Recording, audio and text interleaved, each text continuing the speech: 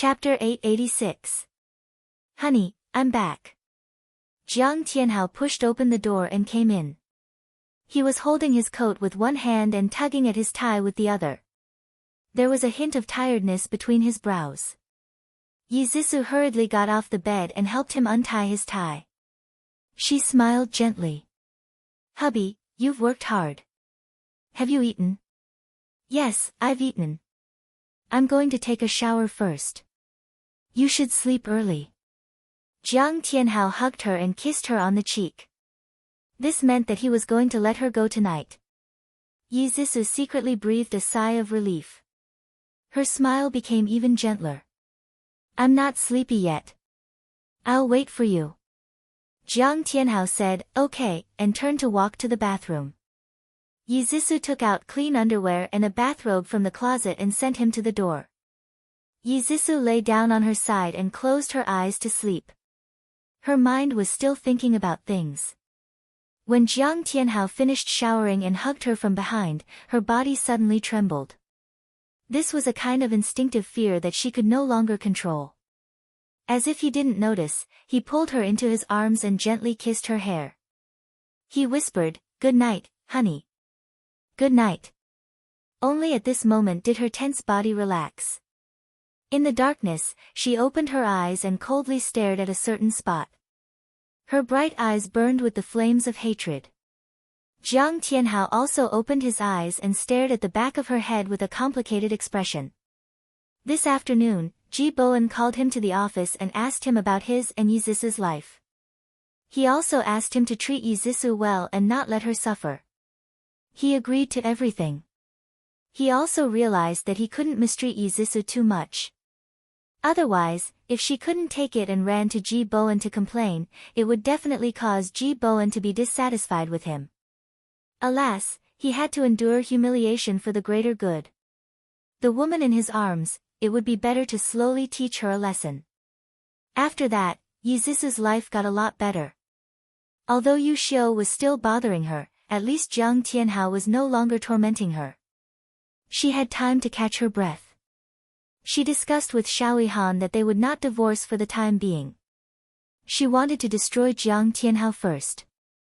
Although Jiang Tianhao was a black-hearted person, he still had real talent and knowledge. Therefore, in just a few months, he was able to shine in the marketing department. As the company's key training target, the task of negotiating between G Group and Global Department Store Group naturally fell on his head. For this reason, Ji Bowen specially called him to the office and told him that he must prepare well and complete the task well. The board of directors attached great importance to this negotiation. If he did well, he would soon be promoted to deputy director of the marketing department. With such a good opportunity to climb up the ranks, Jiang Tianhao naturally would not give up. Global Department Store was the largest department store group in the United Kingdom. They had department stores in all the developed countries. Almost all the clothing brands that could enter Global Department Store were world famous. Global Department Store had an unwritten rule that every year, they would remove the clothing brands with the worst sales in the mall and replace them with brands that they liked. This year, Global Department Store was targeting China's clothing brands. They planned to pick out the most promising brand from China's clothing and bring it into Global Department Store. When the news came out, the entire domestic clothing industry was in an uproar. For so many years, there had not been a single domestic brand that could enter Global Department Store. Once they succeeded, it meant that they had stepped out of the country and into the world. For some small enterprises, this was something that they would never dare to imagine in their lifetime. But now, they all had the opportunity to compete for this spot. Marketing Director Marissa, who was in charge of the selection of brands, had just stepped onto China's soil. Many manufacturers had designs on her and tried all kinds of ways to get close to her. Unfortunately, even if they knew the flight she was on, no one knew what she looked like, let alone her whereabouts. There was simply no way to get close to her. Jiang Tianhao was proud of his talent and disdained to play tricks. Every day, he worked overtime to write the proposal. He was secretly determined to conquer Marissa with his talent. On the other hand, Ji Yuqi also attached great importance to this selection. Her slender fingers tapped lightly on the office desk. Her charming phoenix eyes narrowed slightly as she recalled the situation in her previous life. This selection was held a year earlier than in her previous life. Perhaps it was because of her rebirth that some things had changed due to the butterfly effect. In her previous life, the person who won the selection was Jiang Tianhao. It was because of this that he gained the recognition of his father and the board of directors and climbed to the position of marketing director. Don't underestimate this position.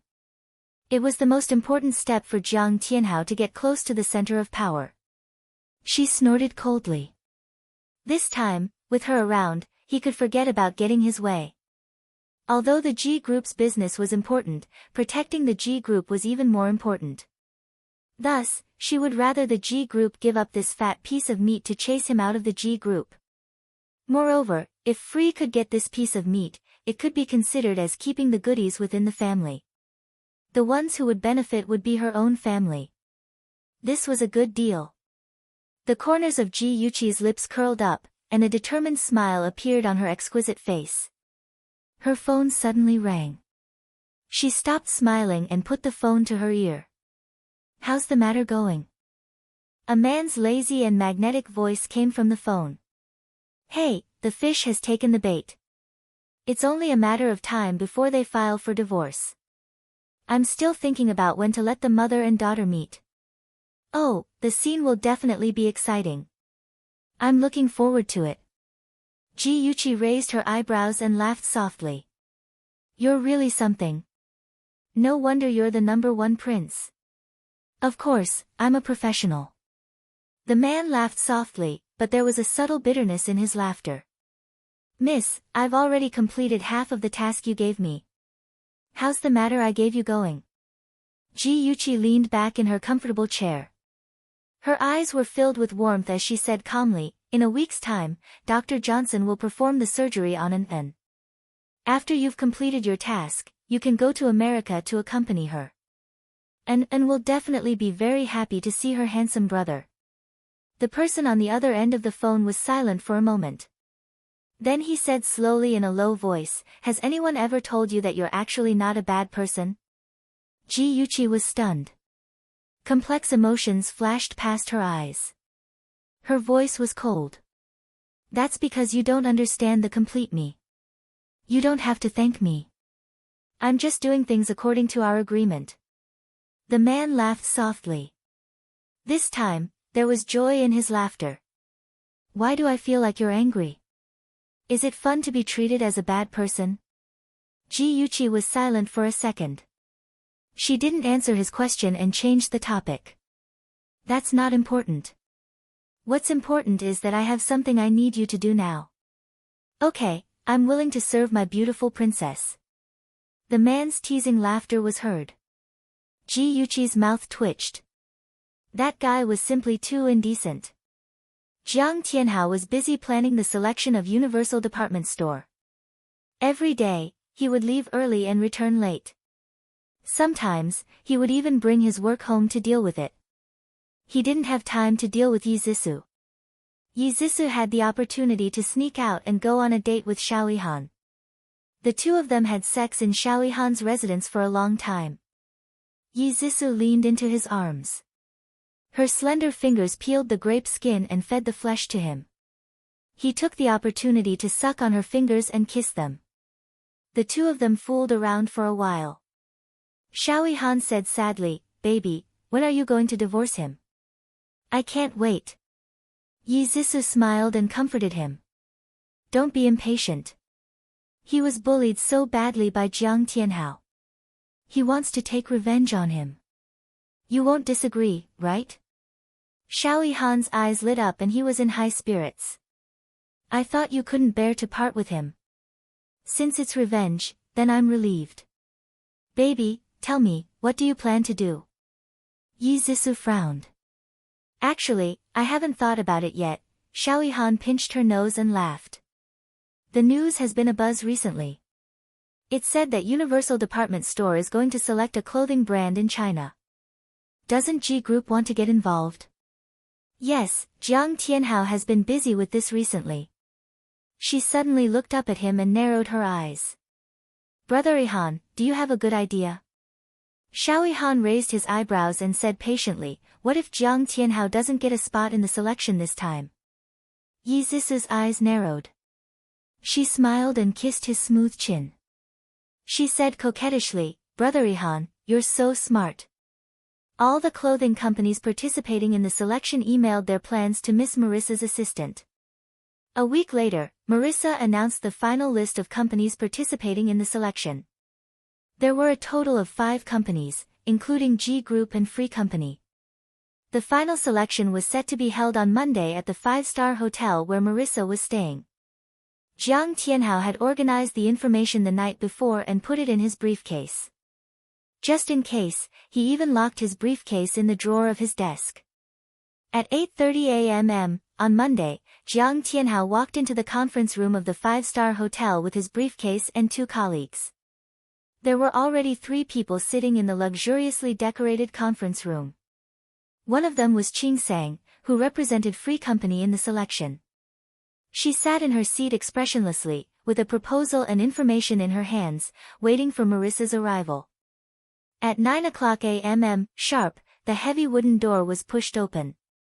A tall Western beauty with blonde hair and blue eyes walked in slowly in high heels. Her facial features were exquisite, and her blonde hair was tied up high on her head. She wore a tailored professional suit, which made her look capable and candid. Her plump lips curled into a faint smile, and she said in stiff Chinese, Hello, ladies and gentlemen. I'm Marissa, the marketing director of Global Department Store. It's our first time meeting each other. Everyone in the room responded with a smile. Marissa smiled and nodded.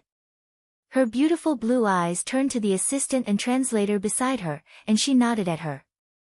The assistant glanced at everyone and said politely, Today, I've invited everyone here in the hope of hearing your introduction of your respective clothing brands and future plans. Please start in order. First, Mr. Chen from Aujie Company will come to the stage to give his speech. A handsome middle-aged man in a suit and leather shoes stood up and walked towards the podium. His assistant immediately distributed the information to everyone present. The projector projected the beautifully made PowerPoint slides onto the huge screen. The man in a suit on the stage spoke in English. Marissa listened attentively and nodded in agreement from time to time. Jiang Tianhao looked calm and seemed to be listening attentively. In fact, only he knew that the back of his shirt was drenched in sweat. Come and see, Xinwu 799. Chapter 887. It would be a lie to say that he wasn't nervous. This was the first time he was facing such an important meeting after graduating from university. This meeting could be said to be a turning point in his life. He could only succeed, not fail. Qing Sang calmly glanced at Jiang Tianhao's tightly clenched fingers, and her lips curled into a faint sneer. Next, let's welcome Miss Qing Sang from Free Company. Qing Sang was in 4th place, and the person behind her was Jiang Tianhao. She didn't look nervous at all, and her beautiful face was still expressionless. Her hair was combed neatly, and she wore a professional suit. She actually had the noble and elegant temperament of a queen. Her deep eyes calmly looked down at the audience, and her words were clear, and she calmly and rationally expressed her views. There was always a magnetic field between similar people. Marissa's impression of Qing Sang slowly increased. When Qing Sang finished speaking, she even smiled and clapped, praising her in broken Chinese, excellent. As the person who spoke after Qing Sang, Jiang Tianhao felt even more pressure. He even wanted to pull at his tie, but in the end, he restrained himself. Finally, let's welcome Mr. Jiang from G Group to the stage. Jiang Tianhao took a deep breath and walked up to the stage with steady and confident steps. He inserted the USB drive into the port and opened the folder that he had opened countless times. Click click. The sound of the mouse clicking. When he saw the names of the files displayed on the screen, Jiang Tianhao's pupils suddenly shrank, and his mind went blank. A bone-chilling chill suddenly rose from the soles of his feet to the top of his head, and he was so cold that he almost trembled. The screen was full of wretched file names. Hardcore movies, porn videos, training and abusive sex, handcuffs, candles, small leather whips, and so on. Everyone was stunned by the things on the projection screen, and the room was frighteningly quiet. Cold sweat dripped from Jiang Tianhao's forehead as he hurriedly closed the folder. Unexpectedly, his hand trembled and he clicked on a video. The scene immediately changed to a naked man and woman. The man was using a leather whip to whip the woman, and he was swearing obscenely. The sound of panting and the low voice resounded throughout the entire conference room. More than 10 men present all stared at the projection, dumbfounded. Some with poor self-control even raised small flags and awkwardly crossed their legs to cover their disobedient parts. Qing Sang stared expressionlessly at the unsightly scene, and there was a glimmer of brilliance hidden in her deep eyes. Marissa's female assistant was already blushing with shame. A trace of displeasure flashed across Marissa's eyebrows, but her tone was still calm. She said in English, "Mr. Jiang, you really know how to joke. However, our time is limited. Please start your presentation quickly." Jiang Tianhao's handsome cheeks were red with embarrassment. He wanted to dig a hole and bury himself in it. He clenched his teeth and tried to calm down. He quickly closed the video, unplugged the USB flash drive, and rummaged in his briefcase for a long time before he found an identical USB flash drive from the bottom. He opened it carefully. This time, he finally found the right one. After the embarrassing scene just now, Jiang Tianhao was so guilty that he didn't dare to look at the eyes of the audience. When he was explaining, he kept making mistakes. It wasn't easy for him to stutter and finish his presentation. The moment he walked off the podium, he knew that he was finished. After Marissa and her assistant discussed it for a while, they announced the result on the spot. Free Company won the selection. Qing Sang was not surprised. She politely shook hands with Marissa and thanked her for thinking so highly of her. Marissa joked, "Miss Qing Sang, are all the women in the workplace in China as good as you?" Qing Sang curled her lips. "Miss Marissa, you flatter me. My boss is better than me. By the way, she is also a woman." "Wow, that's really unexpected. I thought that the status of women in the workplace in China wasn't high." Marissa seemed to like Qing Sang very much. She walked side by side with her, and the two left laughing and chatting. Soon, only Jiang Tianhao and his colleagues were left in the conference room. One of the colleagues sneered, "I didn't expect you to have such a strong taste. You don't care about the occasion and just do whatever you want." Another colleague immediately said, "The Universal Department Store's quota was taken by another company. The company will definitely hold us responsible. Tianhao, this time, it's not that I don't want to help you."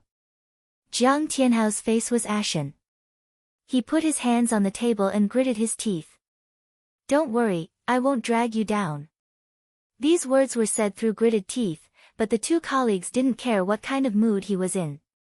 After getting the answer they wanted, they looked at each other and smiled in a way that only the other person could understand. In less than half a day, Jiang Tianhao became famous. His name swept through the entire clothing industry. As long as he was mentioned, everyone would talk about his strong taste. Even the G Group lost face. Bam! A thick stack of documents was slammed on the table. Ji Bowen roared at Jiang Tianhao with a face full of anger. "What the hell are you doing? It's bad enough that you didn't get the quota, but you also humiliated the company." Jiang Tianhao lowered his head. "Chairman, I know it's too late to say anything. I'm willing to take all the responsibility." You, Ji Bowen pointed at Jiang Tianhao's nose. He was so angry that his whole body was trembling. During the board meeting just now, he was besieged by a group of shareholders. They all said that he didn't know how to pick people. They also said that he was nepotistic and put people who didn't have the ability to commit crimes into the company. The shareholder who often went against him even used this to threaten him to give up the position of chairman. And all of this was because of Jiang Tianhao. He shouldn't have been soft-hearted and let Jiang Tianhao enter the G Group. Jiang Tianhao saw that he was angry, but he did not try to defend himself. He only lowered his head respectfully, as if he was admitting his mistake. His slightly downcast eyes were filled with hatred, and his fingers hanging by his legs were tightly clenched into fists. Ji Bowen was so angry that his blood rushed to his head. He felt a metallic taste in his throat. His chest felt uncomfortable. He supported himself with one hand on the desk and said with difficulty, "Get out." Jiang Tianhao raised his head to look at him. His face was pale. He opened his mouth and gasped for breath. He pressed one hand on his chest and the other hand rubbed the drawer as if he was looking for something. "Father-in-law, are you okay?" Ji Bowen had already taken out a medicine bottle. He poured out 2 pills and swallowed them. When his chest felt better, he said sternly, "Get out. I don't want to talk to you right now." Jiang Tianhao didn't say anything. He obediently left the room. His eyes, which were covered by his fringe, were filled with hostility.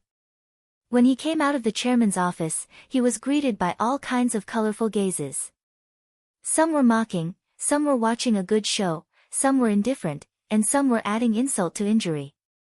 The only thing missing was sympathy. He didn't need sympathy. He looked around coldly and walked away expressionlessly. "Tisk, what's there to be proud of? He just married a good wife. I didn't expect him to be an honest man. He's actually a gentle beast. You can never judge a book by its cover." "Shoo, keep your voice down. But I do sympathize with his wife." "Do you think he'll use those methods on his wife?" "Ugh, so perverted." The voices of those discussions weren't loud or soft, but it was just enough to reach Jiang Tianhao's ears. He walked past them expressionlessly as if he didn't hear them. Before he walked out of the office, he slowly turned his head. His cold eyes were filled with hatred. It was like the fire of hell. He slowly swept his gaze over each and every one of them as if he wanted to engrave their faces into his heart. That malicious gaze made people shudder, and everyone subconsciously shut their mouths. That afternoon, the Human Resources Department issued a punishment. Jiang Tianhao's 1-month bonus was deducted. It seemed like a light punishment, but only he knew that his dream of being promoted was shattered. It was extremely difficult to regain Ji Bowen's recognition. "Hubby, you're back. How was it? Did the selection go smoothly?" The moment Jiang Tianhao rang the doorbell, Yi Zhisu immediately opened the door and considerately took the briefcase from his hands. Jiang Tianhao stared at her coldly without saying a word. The smile on Yi Zhisu's face froze. She said softly, "Hubby, what's wrong? Did it not go well? Don't take it to heart. You'll have another chance next time." She wanted to continue speaking, but Jiang Tianhao grabbed her wrist and strode into the bedroom. "Ah, it hurts. Hubby, be gentler." Her wrist was gripped tightly by him. It hurt so much that she frowned. But he didn't seem to hear it. He dragged her into the bedroom and threw her onto the bed. He quickly loosened his tie and took off his jacket. Before she could react, he had already leaned on top of her. His face was as cold as ice as he asked coldly, "Did you do this?" Yi Zhisu shrunk back uneasily. "Hubby, what are you talking about? I really don't understand." "You don't understand?" Jiang Tianhao smiled maliciously. He suddenly bent over and used both hands to rip open her dress. His right hand rubbed under the bed for a moment, then he pulled out a black leather whip and whipped her body. "Ah!" Yi Zhisu screamed and rolled on the bed. Her messy clothes had already slipped off, revealing her snow-white skin. Jiang Tianhao's eyes were burning with anger. His tyrannical aura swelled again. He gritted his teeth and whipped her again. Red marks instantly spread all over her body. He cursed as he whipped her, "*TCH, you betrayed me. You betrayed me." He had 2 identical USB drives. One contained documents, and the other contained erotic movies. Only this *TCH knew his secret. She must have secretly stuffed the USB drive into his briefcase. "Woo-woo. Hubby, stop hitting me. It hurts. Hubby, I beg you, stop hitting me." Even though her body was used to this kind of pain, Yizisu still couldn't bear this kind of humiliation. She cried and begged for mercy. She trembled and curled into a ball, but it was no use. It only stimulated Jiang Tianhao's tyrannical nature. The demon that had been imprisoned in the bottom of his heart for a long time was released. He was so excited that his eyes turned red. He simply threw away the whip and pulled out his belt. The whip was a sex toy, so it was relatively safe. Even if he whipped it hard, it wouldn't cause too much harm to the abused person. But the belt was different. It could whip a person to death. So, when he raised the belt, Yizisu's eyes were full of fear. She rolled on the ground in horror and stumbled toward the door. He kicked her leg and she immediately fell to the ground. She didn't have time to get up, but the belt had already hit her face. She wailed in pain and rolled around on the cold floor. There was no intact skin on her back. There were crisscrossing scars and bloodstains. She cried for Yu Xiu, praying that this nominal mother-in-law could save her life. Come and see. Songshu 566. Chapter 888. Yu Xiu stood outside the master bedroom, hesitating. She knew that her son was abusing Yizisu. She had thought of persuading him to stop, but she gave up in the end because of the hatred between the Jiang and Ji families. Mother-in-law, save me. Please save me. Hubby, spare me. I won't do it again. Hubby. Yizisu's cries were more miserable than before. They penetrated the door and pierced Yu Xiu's eardrums. She was afraid that someone would die, so she finally reached out and knocked on the door. Tianhao, forget it. Don't hit her. Be careful not to kill her. The sound of slapping and crying continued. Yu Xiu couldn't take it anymore. She opened the door with the key and saw a mess. Yizisu was lying on the ground like a dead dog.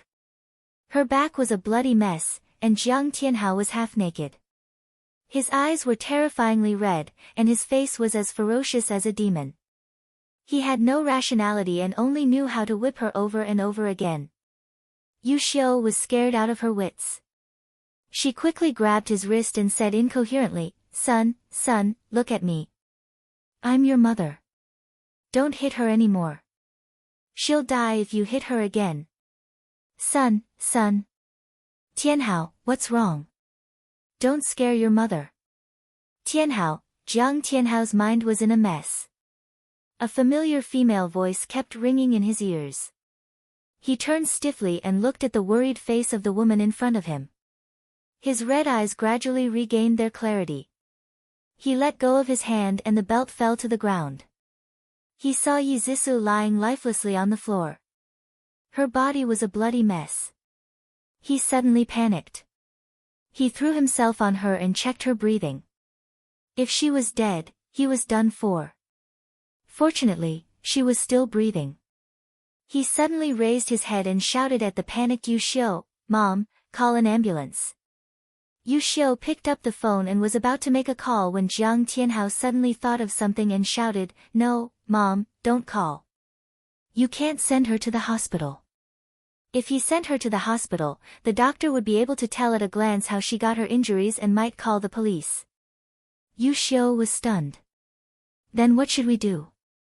Don't you care about her? Jiang Tianhao frowned and thought for a moment. He quickly walked into the bedroom, took out a clean blanket, and wrapped it around her from head to toe. He then carried her and said quickly, Mom, I'll take her to the clinic. You stay at home and don't tell anyone about her injury. Okay. I got it. Hurry up and go. Jiang Tianhao pursed his lips and carried Yizisu downstairs.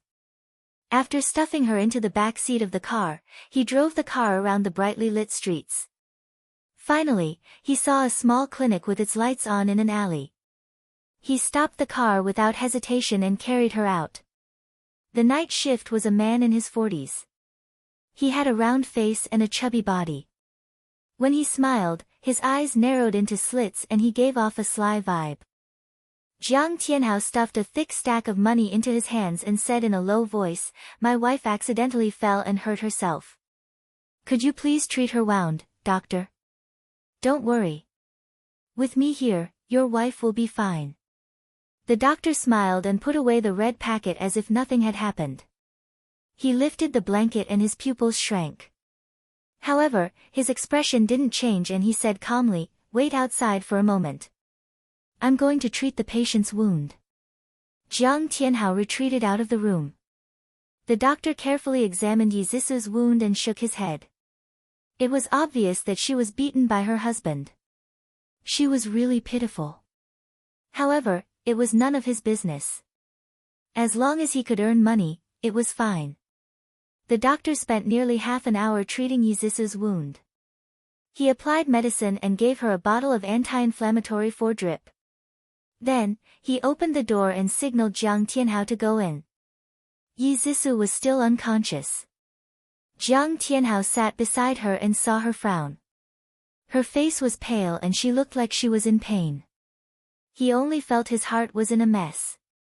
He originally wanted to teach her a lesson, but he didn't expect that he would lose control of his emotions and beat her until she was seriously injured. Ah! Don't hit me. Sob, sob, sob. It hurts. It hurts. Even though she was unconscious, she didn't sleep well. She kept having nightmares and talking in her sleep. Tears flowed from the corners of her eyes. Her pitiful appearance really made one's heart ache. Jiang Tianhao didn't feel any heartache. He only felt a headache. He didn't know how to comfort her when she woke up. He also didn't know how to explain it to her parents. He used a wet towel to wipe the tears on her face and coaxed her gently, "It's okay, honey. I won't hit you again. It's my fault." His words didn't have the effect of comforting her. Yizisu cried even more sadly. It was as if she was having a nightmare. She struggled violently and kicked her legs. She cried out miserably, "It hurts. It hurts. Let go of me, what's wrong?" The doctor rushed over. Jiang Tianhao said awkwardly, "It's nothing. My wife is having a nightmare. Sorry to trouble you." The doctor didn't seem to care. He said, "Call me if you need anything." Then he left. Jiang Tianhao stood guard for the whole night. It wasn't until the next morning that Yizisu woke up. The moment she saw Jiang Tianhao, she trembled reflexively. His face was full of guilt. He knelt in front of her on one knee and held her hand. He said softly, "Honey, I was wrong. I drank too much yesterday. That's why I did that. Please forgive me, okay?" Yizisu flung his hand away. She turned around and buried her head in the blanket, crying. He hurriedly tried to remove the blanket from her head. "Honey, don't be like this. Be careful not to suffocate. It's all my fault. I really know that I was wrong. I won't hurt you again." A man's oath was like bullshit. Only the sound of it could be heard after it was released. Yizisu would never believe his vows again, but she would continue to put on an act. She cried very sadly, as if her heart was broken. No matter what he said, she would not listen to him. Jiang Tianhao had no choice. He called Yu Xiu over. The mother and son went up together to persuade Yizisu. Yizisu still didn't listen. She cried until her voice was hoarse. Jiang Tianhao and his mother swore that they would never abuse her again. Only then did she slowly stop crying. Her eyes were red and swollen. She looked at Jiang Tianhao pitifully and said in a hoarse voice, "Hubby, I want to go home." Jiang Tianhao was overjoyed. He hurriedly said, "Okay, I'll take you home now." Yizisu shook her head and said softly, "I want to go back to the Ji family." Jiang Tianhao's expression changed. He was pained and guilty. "Wife, are you still not willing to forgive me?" Her eyelashes fluttered, and her tears fell again. She seemed to feel that it was inappropriate, so she quickly wiped them away and explained softly, "Hubby, don't let your imagination run wild. I just miss my mother." She looked at him with her big, watery eyes, full of expectation. "Hubby, is that okay? Can I go home?" If he didn't agree to such a small request, then wouldn't his oath be insincere? Thinking about this, Jiang Tianhao did not reject her immediately. He stroked her hair and said softly, "You haven't recovered yet. Go home and stay for 2 days. When you've recovered, I'll accompany you back to your parents' home to visit mother-in-law." Yi Zhisu nodded weakly. Jiang Tianhao's smile became gentler. His hanging heart fell back into his chest. He thought it would be difficult to deal with her, but he didn't expect it to be so easy. He was a little smug. It seemed that she still loved him a lot. She could even forgive him for being treated violently. That joy only lasted for a day. The next day, Jiang Tianhao was furious. It turned out that it was all a trap set by Yi Zhisu. Yi Zhisu agreed to go home with him because she had hidden a pinhole camera in her bedroom. It recorded the entire process of her being abused by Jiang Tianhao. She had to go back and take the memory card in the camera. After removing the memory card, she took advantage of the time when Jiang Tianhao went to work and Yu Xiu went grocery shopping to pack her luggage. Then, she drove her car back to her parents' home.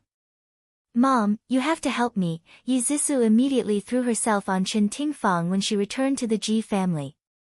She cried miserably and listed Jiang Tianhao's crimes. She even took off her coat to show the evidence, which made Chen Tingfang's heart ache. She called Jiang Tianhao a bastard and scolded him. Yi Zhisu used the scars all over her body to make Chen Tingfang feel sorry for her. She hugged her mother's arm and said sadly, "Mom, I don't want to live with him anymore. Otherwise, I'll be killed by him sooner or later. Divorce decisively. Even if my daughter can't get married, she can't be ruined by that kind of scum." Yi Zhisu took out the memory card and said with tears in her eyes, "Mom, this is evidence of him abusing me. You can't let him go." "Good, as expected of my daughter. I'll make sure he never has a chance to rise again."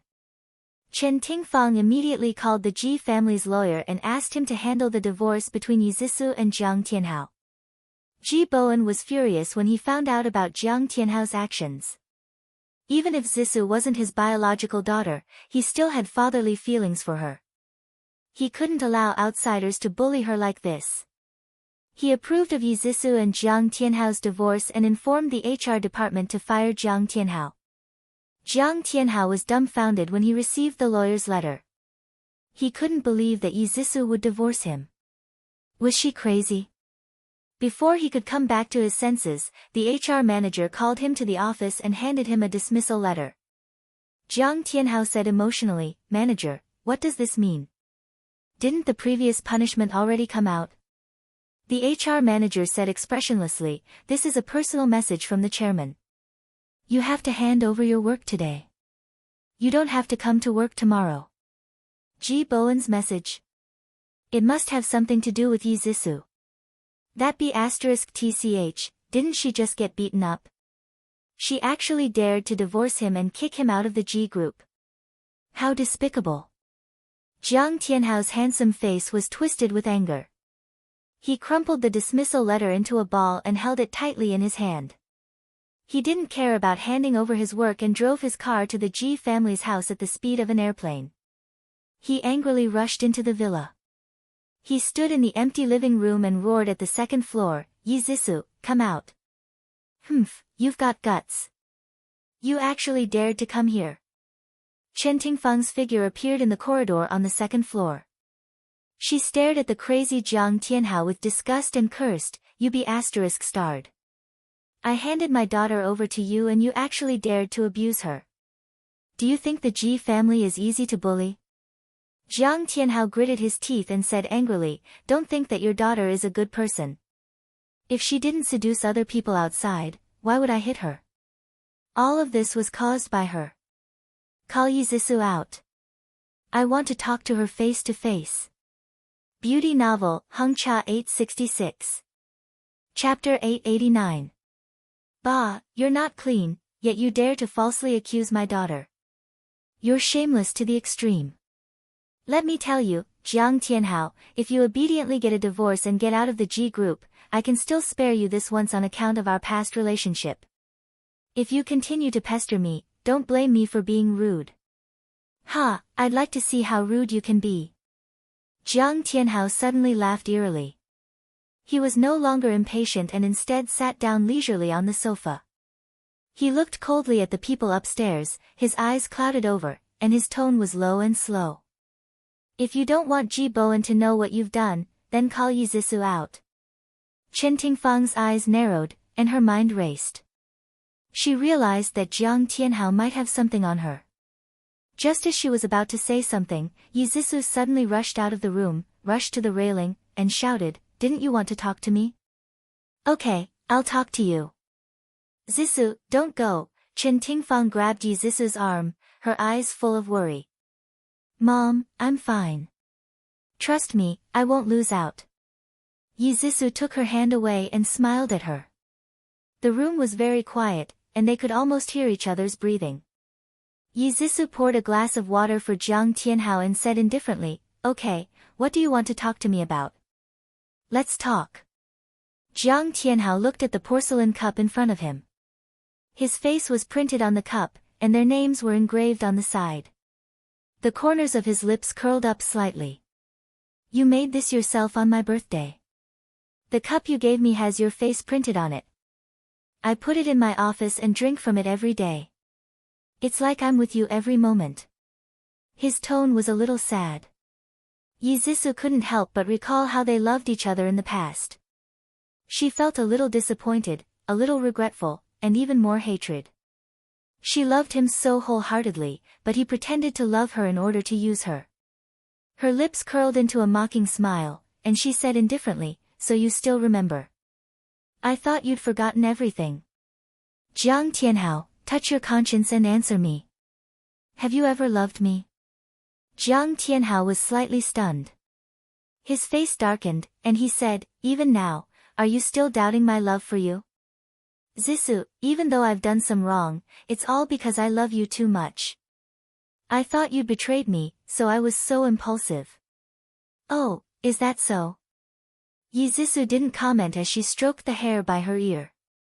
She looked straight at him with a calm gaze and said indifferently, "Jiang Tianhao, aren't you tired of pretending to be so affectionate all day long? You really don't have to put on an act in front of me. I know that everything you've done is for revenge. From the beginning to the end, I've only been a chess piece in your hands." Jiang Tianhao's pupils shrank suddenly, and a storm surged in his eyes. How did she know? No wonder she suddenly wanted a divorce. The wall that Jiang Tianhao had built in his heart suddenly collapsed. He no longer had the confidence that he could use true love to move her, but he didn't hide his true self anymore. He suddenly reached out his right hand and pinched her chin. He stared at her with a dark gaze. His tone was gentle, but the words that came out of his mouth made her shudder. "Divorce me, ha! Aren't you afraid that I'll expose what you've done? You drugged Ji Yuqi and ordered your good cousin, Chen Yifei, to ruin her innocence. You asked Xiao Ren to spike Ji Yuqi's wine in an attempt to ruin Ji Yuqi's reputation. Also, that good mother of yours kidnapped Ji Yuqi and colluded with the mafia. If Ji Bowen finds out about this, do you think he'll chase you and your mother out of the Ji family? I'm really curious." He used a lot of strength in his hand, and Yi Zhisu's chin was pinched so hard that a red mark appeared. It was so painful that she was about to cry. She gritted her teeth and kicked his calf hard. He felt the pain and flung her chin away. She quickly stepped back and stood a distance away from him. She said coldly, "Words are no proof. Do you think that Ji Bowen will believe you just because of your words? Stop dreaming." "Ha! Who says words are no proof?" Jiang Tianhao endured the pain and took out his phone from his pocket. He pressed a button, and the sound of Yi Zhisu and Chen Tingfang plotting to hurt Ji Yuqi immediately rang out in the room. Yi Zhisu's face changed drastically, but she quickly regained her composure and sneered.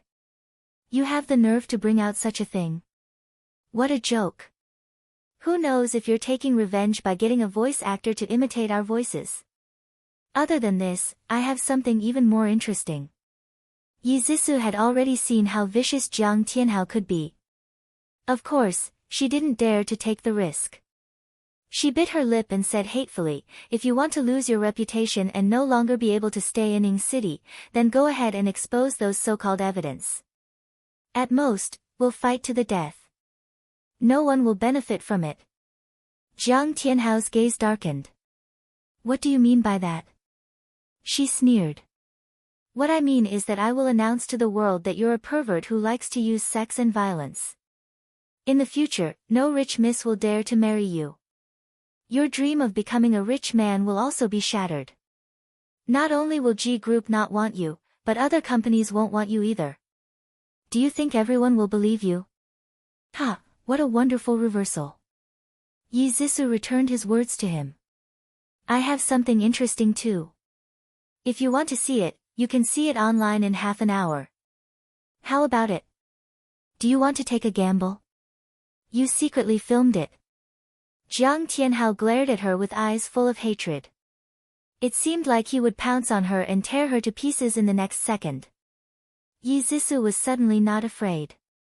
This was the Ji family. Could he beat her to death? She laughed mockingly. "Yes, such an interesting scene of violence. How can I not record it as a memento?" As soon as she finished speaking, Jiang Tianhao suddenly pounced on her. His hands gripped her neck tightly. His face was ferocious as he said sternly, "Hand it over, or I'll kill you." Yi Zhisu looked up with a strong sense of suffocation. Her beautiful eyes were filled with hatred. She said hoarsely, "Kill me. After you kill me, you'll go to jail and wait to be shot. Your mother won't have a son to take care of her, so she'll die a miserable death. With the two of you dying with me, why should I be afraid of death?" Jiang Tianhao slowly let go of her neck and took 2 steps back. In just a few seconds, he became a well-dressed man again. He tidied up his messy clothes and said calmly, "I agree to the divorce, but you have to agree to a few conditions." Half an hour later, Jiang Tianhao walked out of Yi Zhisu's room. Chen Tingfang glared at him and asked the servants to send him away. She then went into her daughter's room. "Zhisu, what did that bastard say? He didn't bully you, right?" Yi Zhisu's heart warmed. Her mother would always love her the most. Her eyes reddened and she said softly, "Mom, I've reached an agreement with him. We'll divorce peacefully." "Mom, I'm sorry. I was too ignorant in the past and didn't see through that man's true colors. Now that things have turned out like this, it's all my own fault. Yes, you stinking girl. I advised you not to marry him, but you didn't listen." Chen Tingfang kept scolding her, but her eyes were gentle. She pulled her daughter into her arms and wiped her tears. Okay, don't cry. You're already so old, yet you're still crying. Don't you find it embarrassing?" "Mom," Yi Zhisu threw herself into her arms and couldn't stop crying. Chen Tingfang comforted Yi Zhisu for a while before she slowly stopped crying. She told her about the agreement with Jiang Tianhao in detail. "Neither of us can use the evidence in our hands to threaten each other, and we can't tell the public the real reason for the divorce. We can only say that our personalities don't match. In terms of property, the house will be mine, and the car will be his." Chen Tingfang was angry when she heard that. "Why? Our Ji family paid for the house and the car. Why should we give him the car?" "Mom, it's better to offend a gentleman than a villain. Jiang Tianhao is a villain. If giving him the car can shut his mouth and stop him from pestering me, I'll give it to him. Besides, he's been kicked out of the Ji Group by Uncle Ji. He can forget about basking in the glory of the Ji Group in the future. He has no connections and no money. It's not impossible for us to deal with him secretly in the future." Chen Tingfang smiled approvingly. "You're right, Zhisu. You're much more mature than before. Mom can finally rest assured." After Yi Zhisu and Jiang Tianhao reached an agreement, they divorced quietly. Yi Zhisu gave them 3 days to move out of her house. Yu Xiu cursed and scolded everyone in the Ji family. Jiang Tianhao quickly accepted reality. He quickly rented a small suite with 2 bedrooms and 1 living room and moved in with Yu Xiu. However, it was easy to go from frugality to extravagance, but difficult to go from extravagance to frugality. The two of them were used to living in a luxurious house. They were used to living in a life where their clothes and food were served. They were not used to living in an unfurnished and cramped house. Yushio scolded Yuzisu again. Jiang Tianhao became more and more irritated. He was busy looking for a job every day and had to listen to his mother's nagging. It was really annoying. Jiang Tianhao had lost face in the entire clothing industry. Naturally, the relevant companies were not willing to hire him. He was too embarrassed to go to their door and be humiliated. He thought highly of himself. He didn't want to go to small companies, and the big companies didn't want him. He procrastinated for a month and was still at home waiting for a job. In the end, he had to lower his sights and enter a small construction company. On the first day of work, he drove the BMW that Ji Bowen had given him when he got married, which attracted a lot of attention and suspicion. Even the HR manager tactfully reminded him not to be too ostentatious. It was inevitable that he would be ostracized by his new colleagues. Jiang Tianhao sat alone at the bar and drank alone. He looked at the man and woman dancing on the dance floor, and the wine in his mouth was so bitter that it was difficult to swallow. He was originally the pride of the school. He was originally the son-in-law of a rich family. He had the ambition to take back what belonged to him. Why had he fallen to such a state? He drank one glass after another. His vision gradually became blurry. He knew that he was drunk. He stood up shakily and staggered out. He wanted to go home. He lowered his head and did not look in front of him. He accidentally bumped into a tall and burly man. He lost his balance and sat on the ground.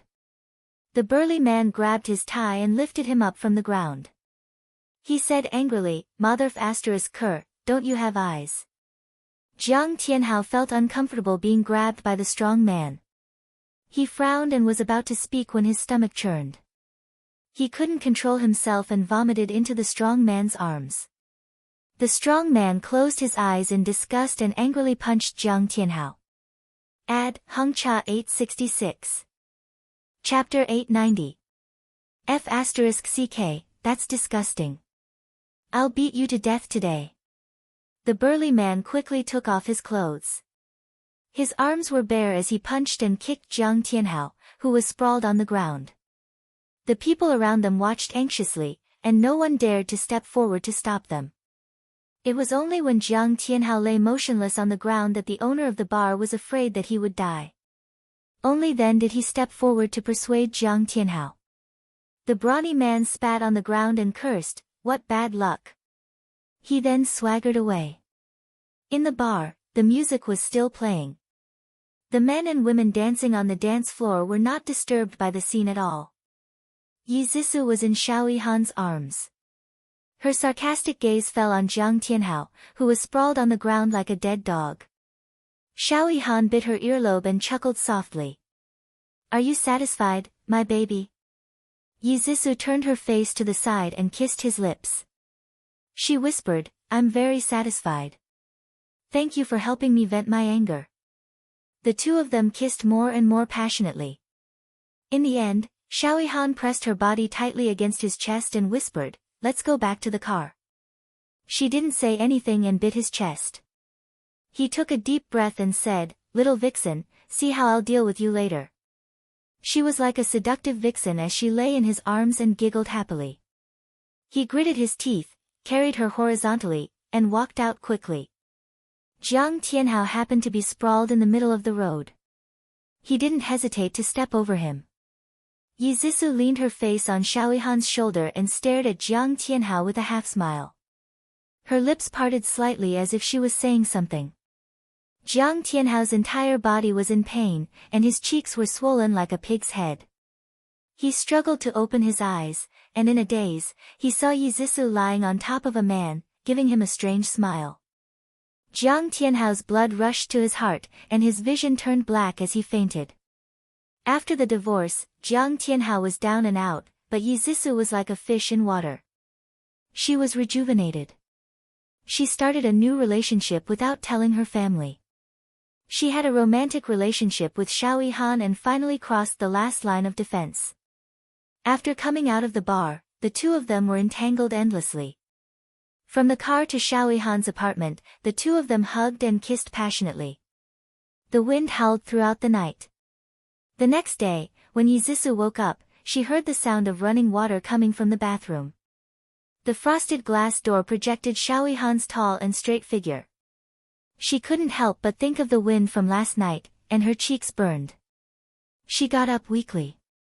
Her clothes were torn and she couldn't wear them anymore. She casually picked up Xiao Han's shirt and put it on. Beep beep.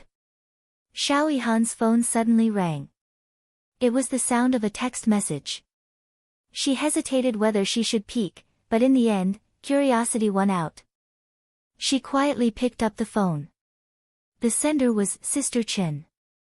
She knew that Xiao Han used to call her mother Sister Chen. Why would her mother send Han a text message? The more she thought about it, the more curious she became. Just as she was about to open the phone to take a look, she suddenly heard the door open. She quickly put the phone back and turned around with a smile. Good morning. Good morning, baby. Xiao Han didn't see her little action. His handsome face bloomed with a bright smile. He walked to her side and leaned over to give her a hot morning kiss. After a while, he let go of her and smiled gently.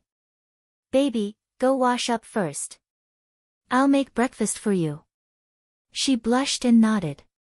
After she finished washing up, Xiao Han was still busy in the kitchen.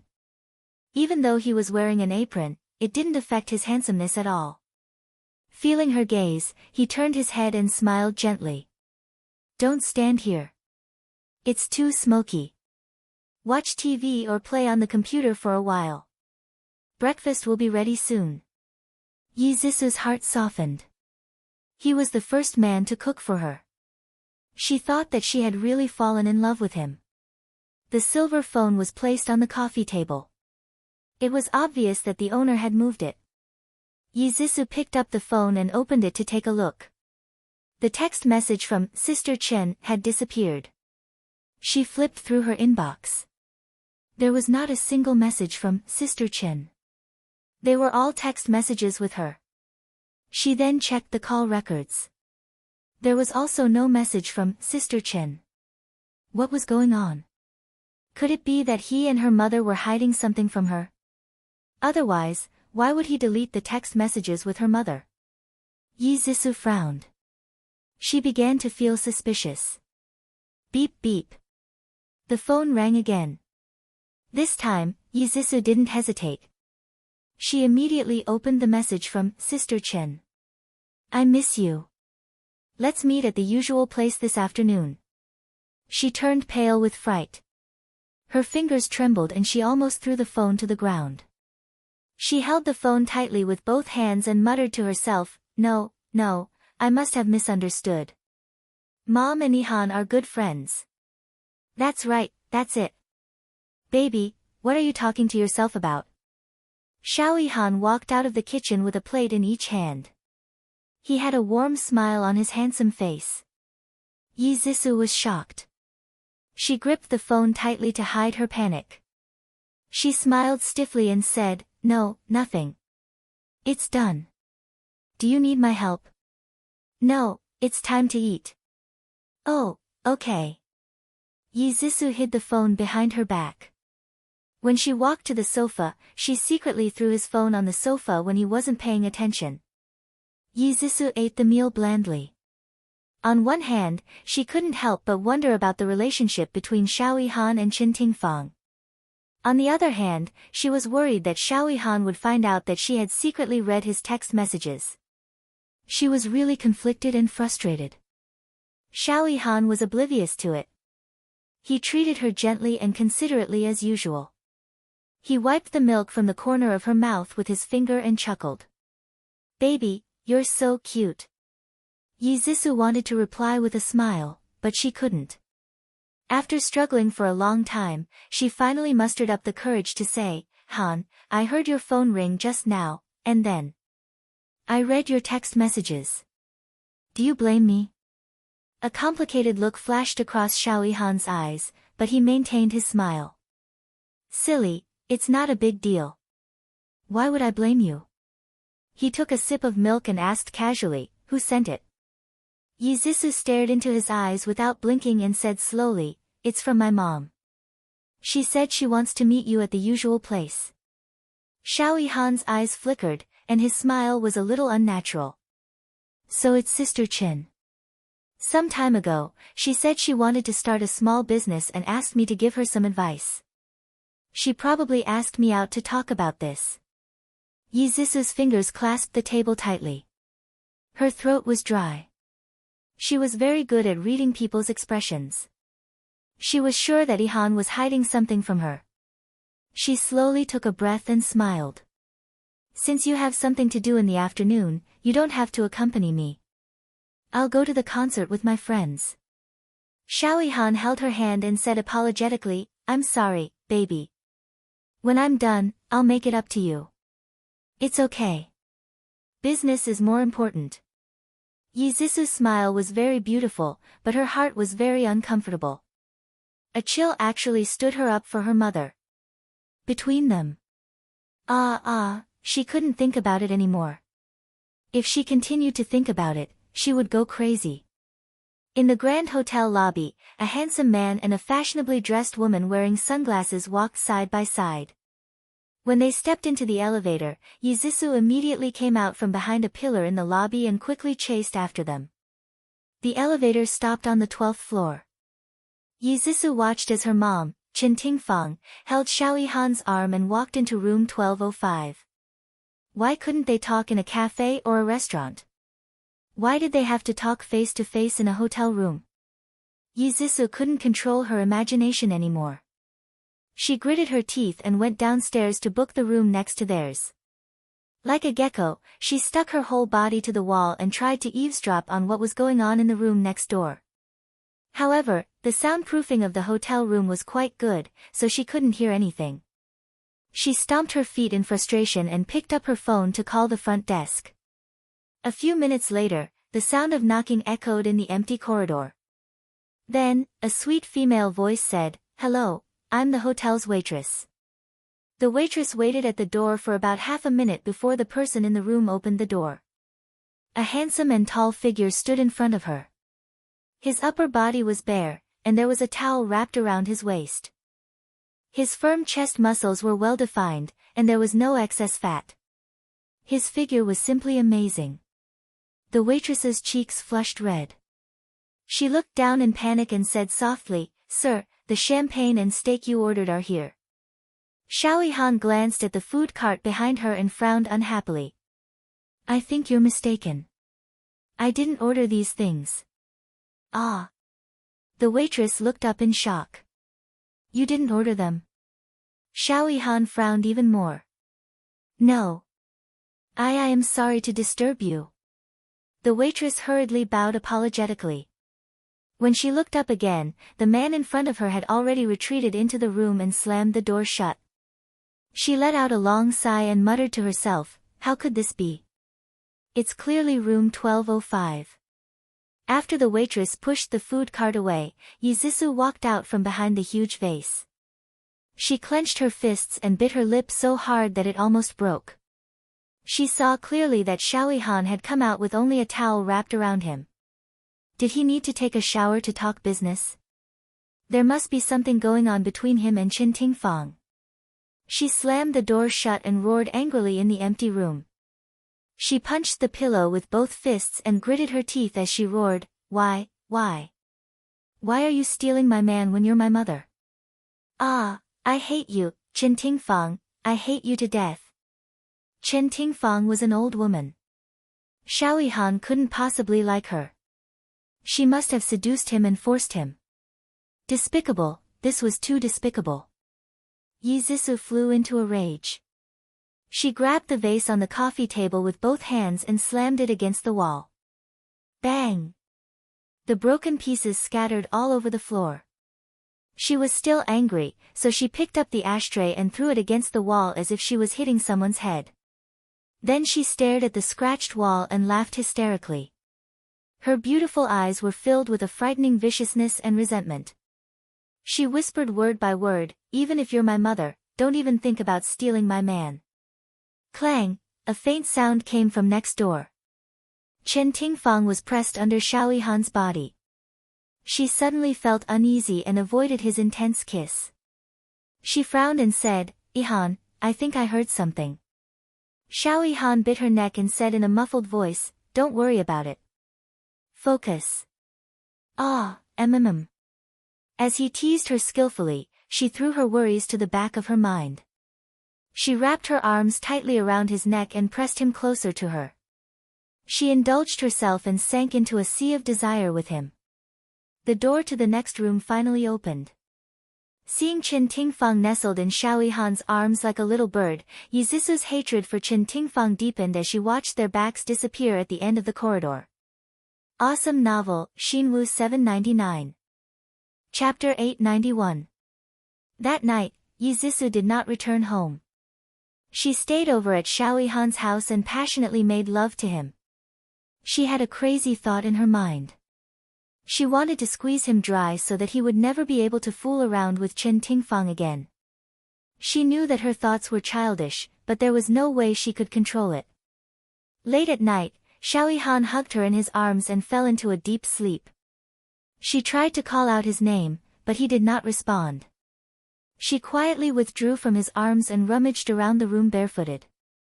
She wanted to find evidence of Chen Tingfang and Yihan having an affair. She wanted to threaten Chen Tingfang so that she would not be allowed to interact with Yihan again.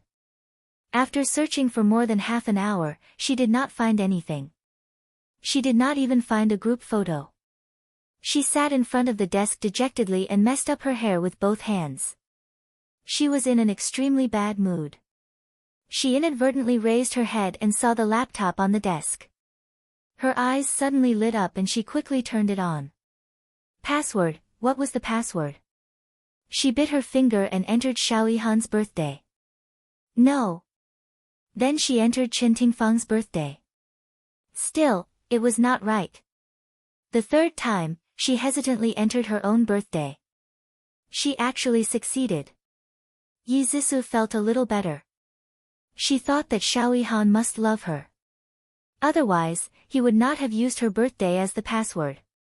There were many photos and videos stored on the laptop. Yizisu opened them one by one to check, but she did not find what she was looking for. Just as she was about to give up, she suddenly saw a new folder without a name. She opened it with trembling fingers. The folder was filled with erotic photos and an unsightly video. Yizisu felt as if she had fallen into an ice cellar. Her face was as white as a sheet because the male and female leads in those photos and videos were Xiao Yihan and Chen Tingfang. Those pictures were very graphic. In addition to all kinds of poses, there were also cosplay scenes. The most disgusting one was the one where Chen Tingfang wore a queen's outfit and stepped on Xiao Yihan. Yizisu couldn't believe what she was seeing. She couldn't wait to smash the computer and destroy the evidence. She wrapped her arms around her shoulders and felt extremely cold. The mother and daughter actually fell in love with the same man and even had sex with the same man. Hee, how ironic. You saw everything. A low and hoarse voice came from behind. Yizisu turned around stiffly. Xiao Yihan was standing in front of her with his upper body bare. His dark eyes were as deep as the sea, and his handsome face was expressionless. He was like a stone statue, lifeless. His tone was stiff and mechanical. Very good, you finally realized. You definitely can't accept it. Let's break up. Why? Yizisu was like a cat whose tail had been stepped on. She suddenly jumped up from the chair and shouted in a sharp voice, "Why are you with her? You know very well that she's my mother." "I'm sorry." He looked down and stared at his feet coldly as if none of this had anything to do with him. "I don't need you to be sorry. I need an explanation." Yizisu threw herself into his arms and grabbed his arm emotionally. She screamed hysterically, "Explain. Hurry up and explain to me." Xiao Yihan still looked down and clenched her fists. Her lips curled into a bitter smile as she said, "There's nothing to explain. I'm dirty. I'm not good enough for you. Let's break up." Slap, the crisp sound shocked the two of them. Yizisu's right hand was frozen in midair. She stared blankly at the palm print on his face.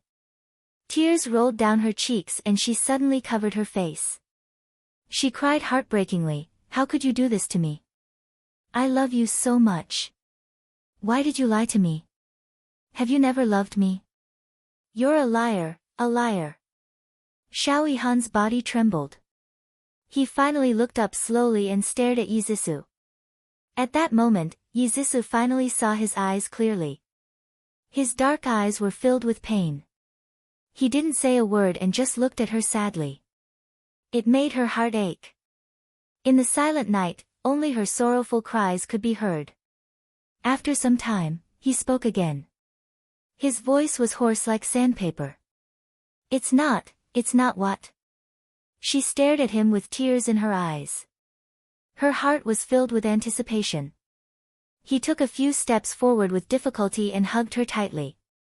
He said painfully, "It's not that I've never loved you. I like you. I like you a lot." He said the last few words very softly, but Yizisu heard them clearly. She couldn't help but bawl and hit his chest. "Liar, liar. Since you like me, why did you sleep with her?" "I'm sorry." Her head was pressed against his chest. She couldn't see his expression, but from his deep voice, she could hear his sadness. Since he was sad, why did he do such a thing? Her tears fell like rain. "Why? Tell me why. Why did you save me from the darkness and then push me into the abyss with your own hands?" "No, I can't say." Xiao Yihan cupped her face and kissed her gently. His dark eyes were filled with love and pain. "Just pretend that nothing happened between us. Forget about me." After saying that, he let go of her resolutely and turned around. He didn't look at her again. His voice was cold and indifferent. "I'm going to sleep in the guest room. You can leave early tomorrow morning. Don't come looking for me again."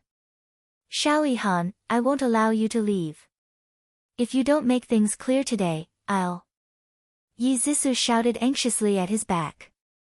Suddenly, she saw a small craft knife in the pen holder on the desk. She quickly took it out and pressed it against her chest. She said anxiously, "If you don't make things clear, I'll die in front of you."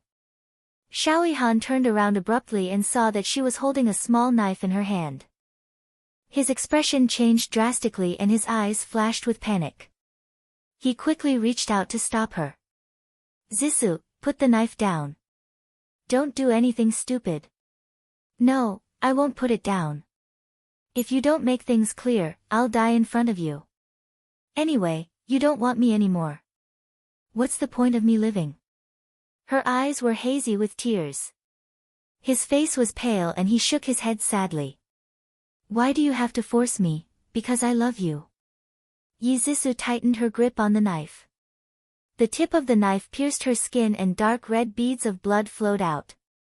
It was especially glaring on her snow-white skin. She endured the pain and said, "If you don't tell me, I'll really stab myself in the heart." "Stop. Don't continue." Xiao Yihan suddenly roared. His eyes were about to split open and his handsome face was contorted in pain. "I'm not worth it for you to do that. You're right. I'm a liar. The reason why I got close to you and Sister Chen was to seduce you and cheat you of your feelings." Although his words were heartless, there was sadness hidden in his eyes. Yizisu shook her head, refusing to believe his words. "What you want to know, I've already told you. If you insist on seeking death, I won't stop you. But, for a dirty man like me, is it worth it?" He looked at her deeply, suddenly turned around, and walked away in large strides, ignoring her. Yizisu's tense body suddenly relaxed. She slumped onto the chair and the knife in her hand fell to the ground. She hugged her knees with both hands and curled up under the blanket. She cried silently. Even when she divorced Jiang Tianhao, she didn't feel so bad. After crying silently for a long time, she raised her head and wiped her tears. Her expression was firm. She didn't believe Xiao Yihan's words. He must have his reasons. She must find out the truth. When she woke up the next day, Xiao Yihan was no longer in the room. He left a post-it note on the table and wrote, "There's breakfast in the kitchen. Don't go hungry." He left the key on the coffee table when he left. That key was personally handed to her by Xiao Yihan when they were dating. Now that he wanted to go back, he really wanted to cut all ties with her. Yi Zhisu crumpled the note into a ball. Her expression was frighteningly cold. Since they had started a relationship, it wasn't up to him to end it. She wouldn't give up. After breakfast, she did not give up and continued to search his room. She believed that no matter what difficulties he had, he would definitely have left behind some clues. In the end, she found a black notebook in the drawer of the desk. The first half of the notebook was filled with his schedule. There was nothing special about it. When she patiently flipped to the back, she saw more than 10 diary entries. Today, Sister Chin said that she wanted to introduce her daughter to me. I met her, Zhisu. She's as beautiful as an angel who barged into my life. I fell in love with her at first sight. I'm in a bad mood today because I heard that Zhisu has a boyfriend and she loves him very much. Why did God let me meet the girl of my life, but let her fall in love with another man? I asked Sister Chin to go hiking. As expected, Sister Chin brought Zhisu along. I was very happy, but I didn't dare to show it. I could only silently watch her from behind. Since she only treats me as an older brother, then I'll be her older brother.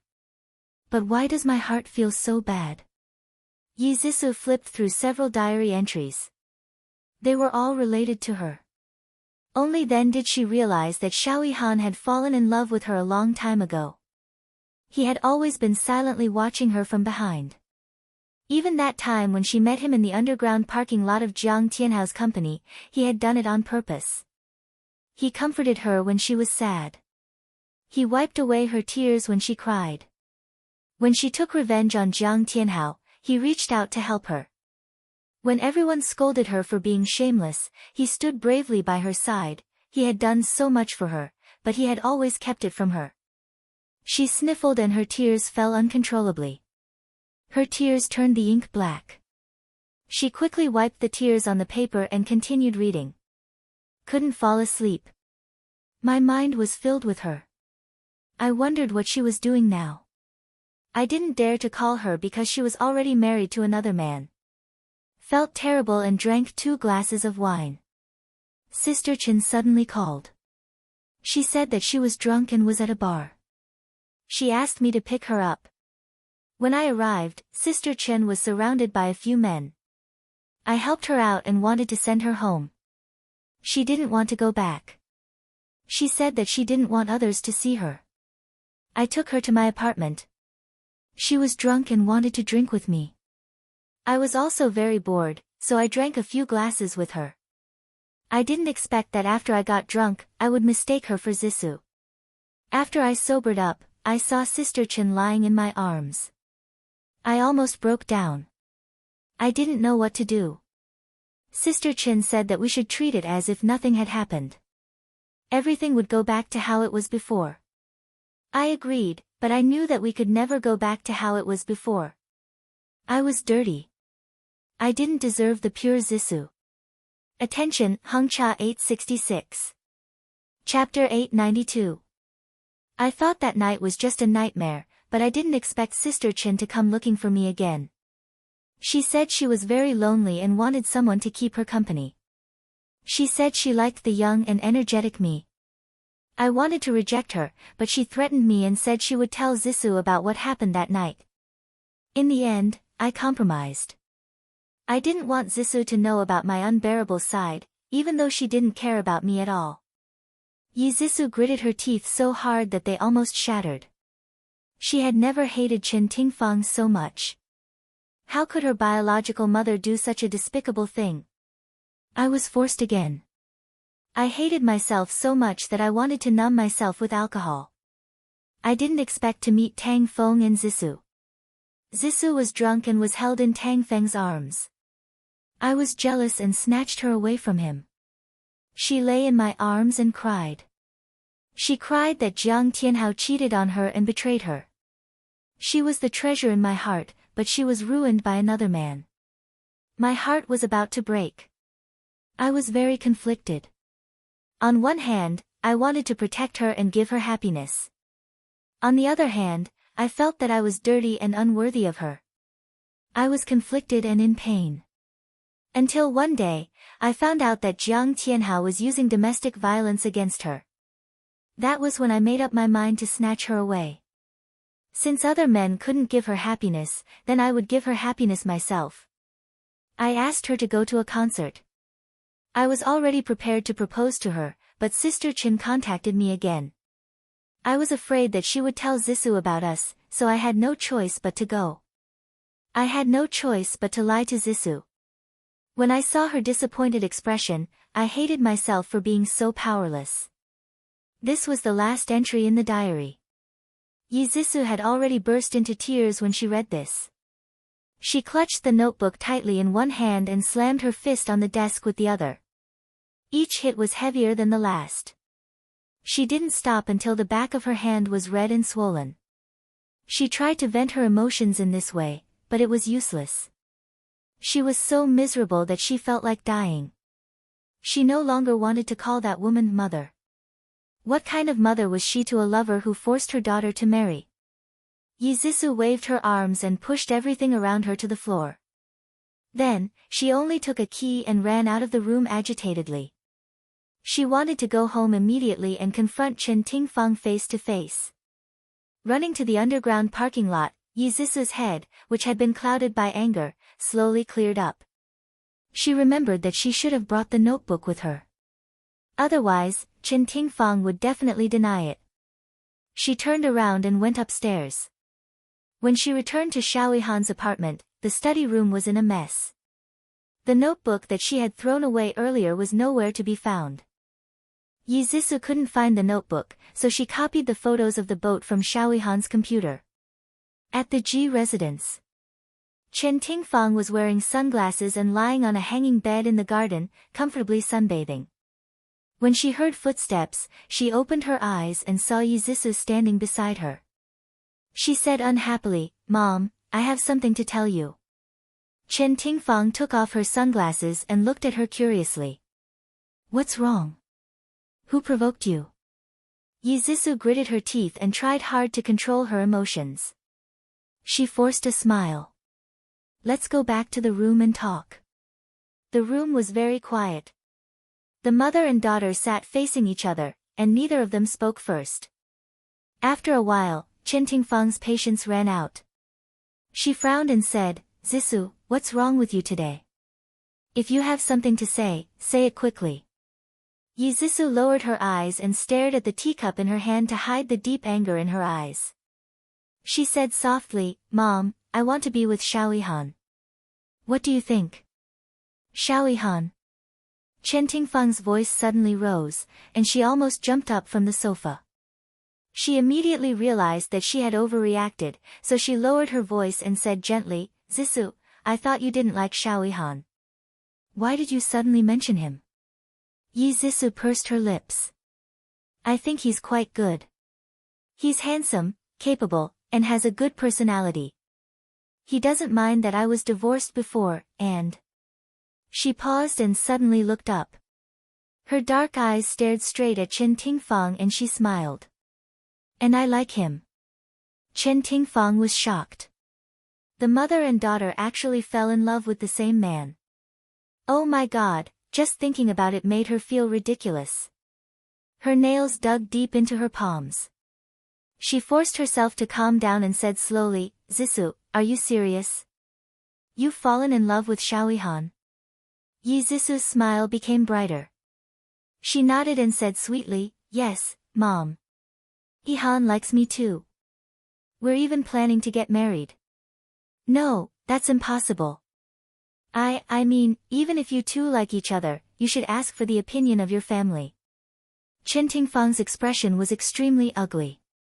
Her heart was in a mess. How could this be? Could it be that Ihan really fell in love with Zissou?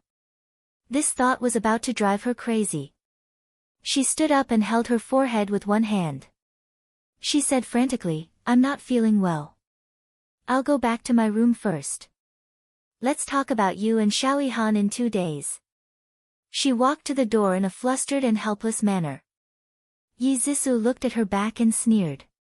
She said softly, Mom, Ihan and I are truly in love. You'll definitely give us your blessings, right? Chen Tingfang's body stiffened and she stopped in her tracks. Her throat was dry and uncomfortable. She wanted to say, yes, but her heart felt like it was being cut into pieces.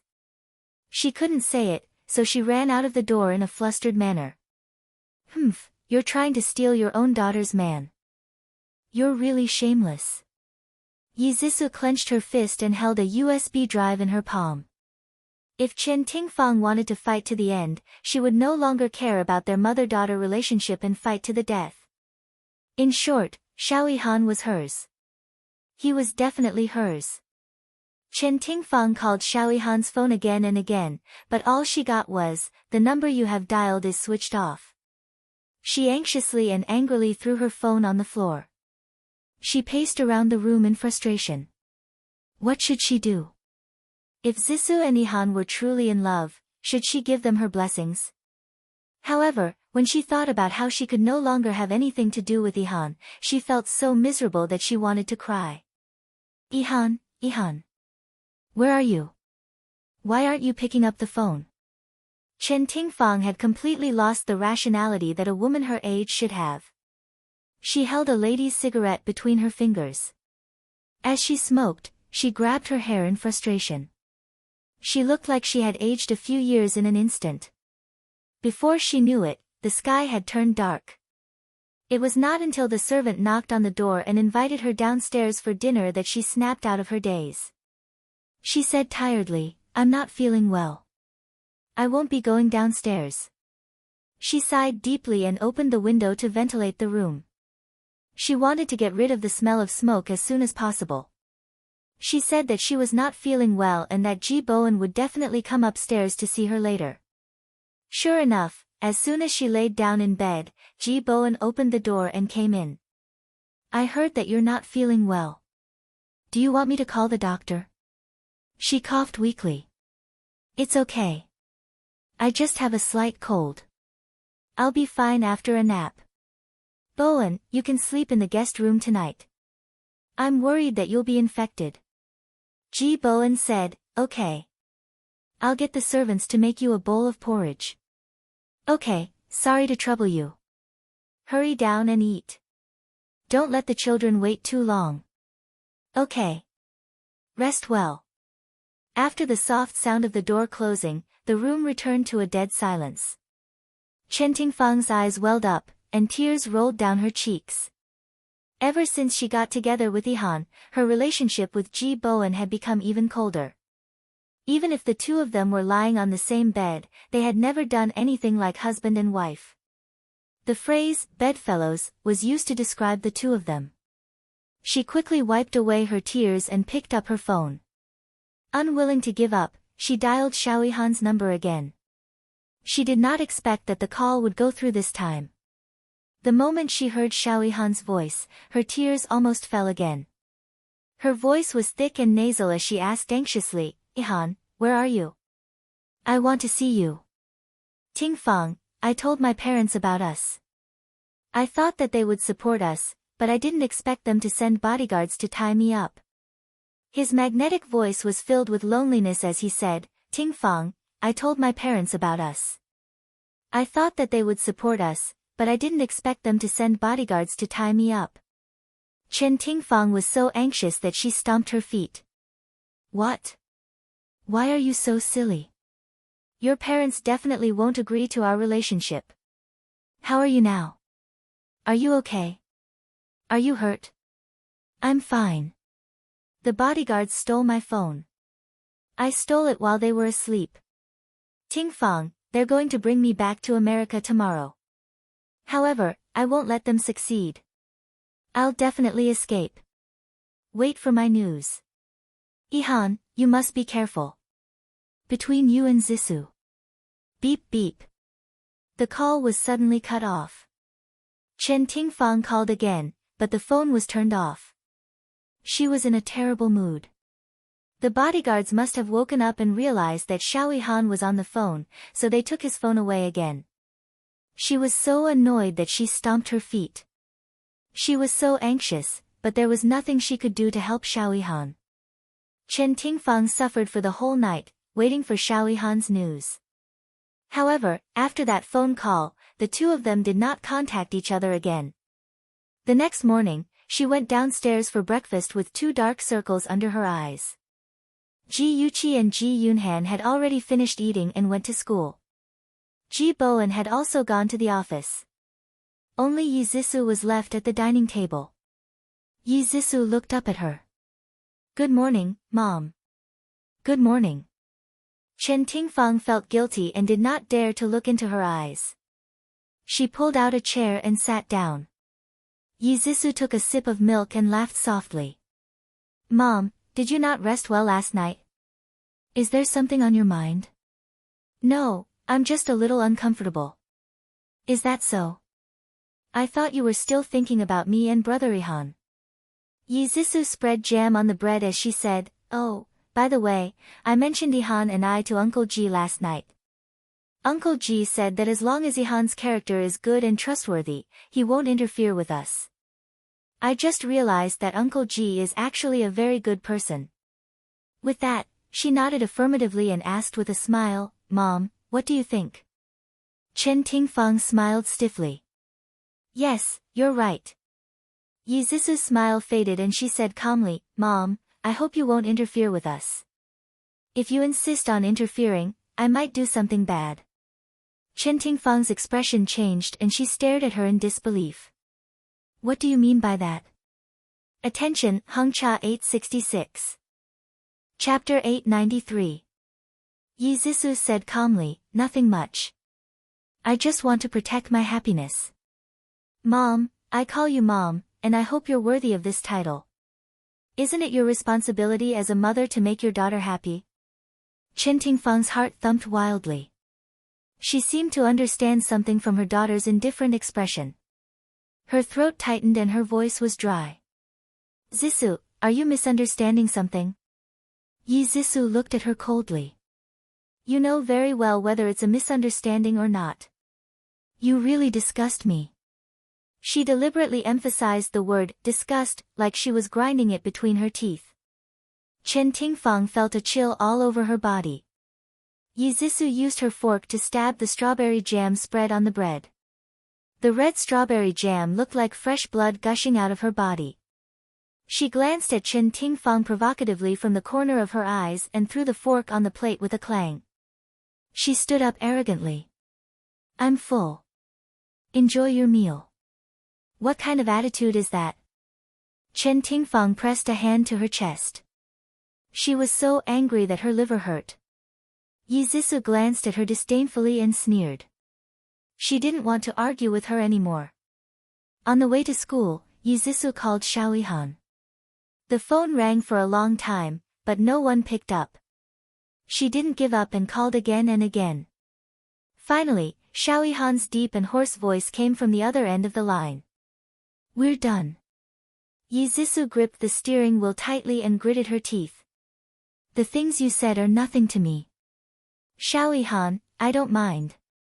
I just want to be with you. Before I say so, who allowed you to say so?" The person on the other end of the line was silent for a long time. Finally, he sighed and said in an extremely bleak voice, "I'm sorry. I can't accompany you anymore. I'm about to board the plane and fly to America. I'll never come back. Take care." As soon as he finished speaking, he hung up without waiting for her reply. Yi Zissou stared blankly at the road ahead. She couldn't believe what she had just heard. He was going back to America. Never to return. What about her? She slammed on the brakes and stopped the car by the side of the road. She frantically dialed his number. The cold female voice on the other end of the phone reminded her that the other party had turned off the phone. Yizisu angrily punched the steering wheel and kicked the car. He clearly loved her. Why did he have to leave? Why? She suddenly thought of someone. Chen Tingfang. It was her. She must be the one who threatened Ihan. In a fit of rage, she threw all thoughts of school and classes to the back of her mind. She turned the car around and slammed on the accelerator, heading back to the Ji residence. Chen Tingfang finished her breakfast and faced the empty room unhappily. She couldn't wait for Xiao Yihan's news and was very anxious. She didn't know if he had successfully escaped. The door was suddenly slammed open. Chen Tingfang was shocked. She quickly looked up and saw Yizisu standing at the door with a livid face. Her eyes, which were similar to hers, were filled with resentment. Chen Tingfang felt Yihan's heart when she saw her venomous glare. She immediately stood up and asked with concern, "Zisu, why are you back?" Yizisu clenched her teeth and stared at the woman who gave birth to her. She walked towards her step by step and finally stopped 3 steps away. She squeezed a few words out of her teeth. "Yihan is going back to America. Did you force him?" Chen Tingfang's eyes widened. She quickly reacted and forced a smile. "His parents are in America. It's only right for him to go back. What does it have to do with me? Don't pretend anymore." Yizisu broke down emotionally and shouted hysterically, "I know. I know everything. It's about you and him. You must have forced him to leave. We were so in love. Why did you have to interfere? Tell me." Chen Tingfang's face was pale. Her fingers trembled slightly. She turned her face slightly and pursed her lips. She didn't know what to say. Yizisu threw herself at her. She grabbed her arm and shook it vigorously. She cried and screamed, "Give him back to me. Hurry up and give him back to me. Zisu, calm down. I really didn't force him to leave." When Chen Tingfang saw her daughter's grief-stricken appearance, she didn't feel good either. She tried to persuade her, but her daughter didn't appreciate it. She raised her tear-stained face and questioned sternly, "If you didn't force him, why did he leave? He said that he loved me and wanted to marry me. If you didn't interfere, we would have been married." Chen Tingfang's head was spinning from Yizisu's shaking, and her ears were suffering from the noise. In a moment of frustration, she wanted to push Yizisu away, but Yizisu held on tightly. She didn't know why, but she raised her hand and slapped Yizisu. Following that, she shouted angrily, "Enough, stop making noise." Chen Tingfang suddenly flipped out. Yizisu was shocked and let go of her shoulder. She sighed and said earnestly, "Zisu, do you really think that everything is Mom's fault? If it's not your fault, then is it my fault? He's about to propose to me. I really love him." Yizisu's tears flowed down again as she thought of the sad part. "Mom, if you still treat me as your daughter, then call him back. I can't leave him." Chen Tingfang had a headache and her eyes flickered. "How many times do I have to say it before you understand? I really didn't ask him to leave." She found it hard to explain the real reason Xiao Yihan left. Yizisu didn't let it go. Then why did he leave? Chen Tingfang flew into a rage out of humiliation and said angrily, "That's enough. I said I don't know, so I don't know. Even if you ask me 100 times or 1,000 times, I still don't know." Yizisu stared at her as if she was looking at a stranger for a long time. Suddenly, she laughed out loud. Her laughter was strange and eerie, and her eyes flashed with a wild light. Her lips parted slightly, like a venomous snake, and she said eerily, "Chen Tingfang, from today onwards, we're no longer mother and daughter. In the future, I don't have a shameless mother like you anymore." Every word that came out of her mouth was like a sharp arrow that fiercely pierced Chen Tingfang's chest.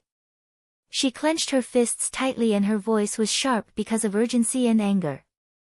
"You're crazy. I'll give you one more chance. Take back what you just said." Yizisu sneered. "Words that have been spoken are like spilled water. They can't be taken back. I don't want to be your daughter anymore."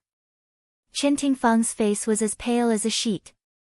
Her voice trembled as she said, "Are you really going to abandon our mother-daughter relationship for a man?" "That's right." Yi Zhisu was 2 centimeters taller than Chen Tingfang. She lifted her chin slightly and stared disdainfully at Chen Tingfang. She said coldly, "You're even stealing your daughter's man. What kind of mother are you?" After saying those words, she didn't bother to look at Chen Tingfang anymore.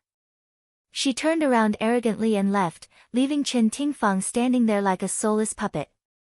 The man she loved the most had left her hometown and would never come back because of her mother. That kind of heart-wrenching pain made Yi Zhisu feel almost hopeless. She had been sitting in front of the bay window for the whole morning. She called Xiaoyihan's phone countless times, but it was always turned off. In the end, she stiffly sent a text message. "Yihan, I really love you.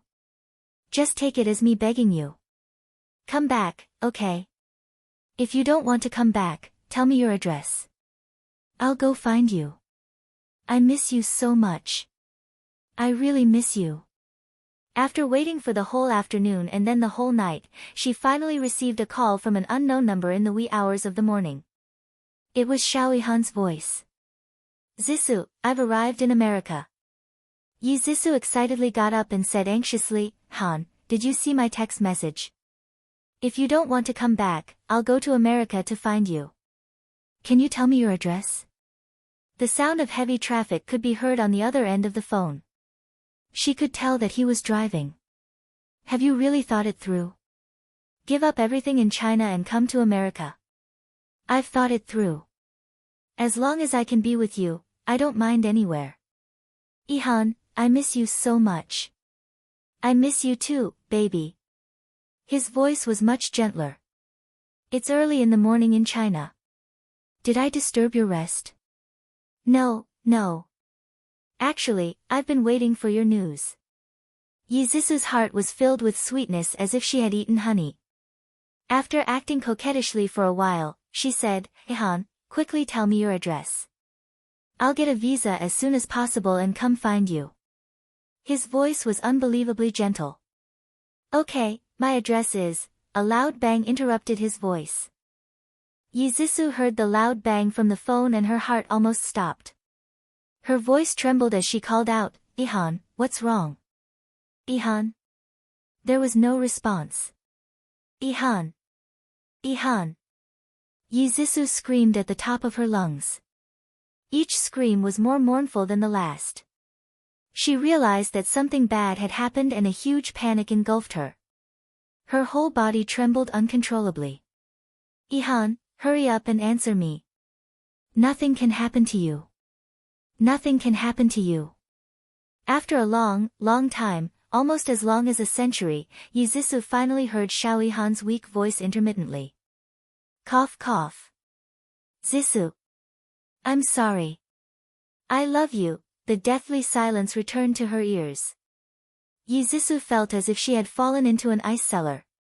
She was so cold that her body kept trembling. She kept muttering, "Nothing will happen to you, Yihan. Nothing will happen to you. Wait for me to go to America to find you. I'll go to America to find you immediately." The sound of police cars and ambulances could be heard from the phone. A man said in fluent English, "Hello, this gentleman has been in a car accident. We're trying to resuscitate him." "Oh, my God, I'm so sorry. This gentleman's heart has stopped because of excessive blood loss." The phone landed heavily on the floor. Yi Zhisu did not hear what the man said at all. There were only a few words lingering in her mind. "His heart has stopped." She hugged her head and cried in the wind.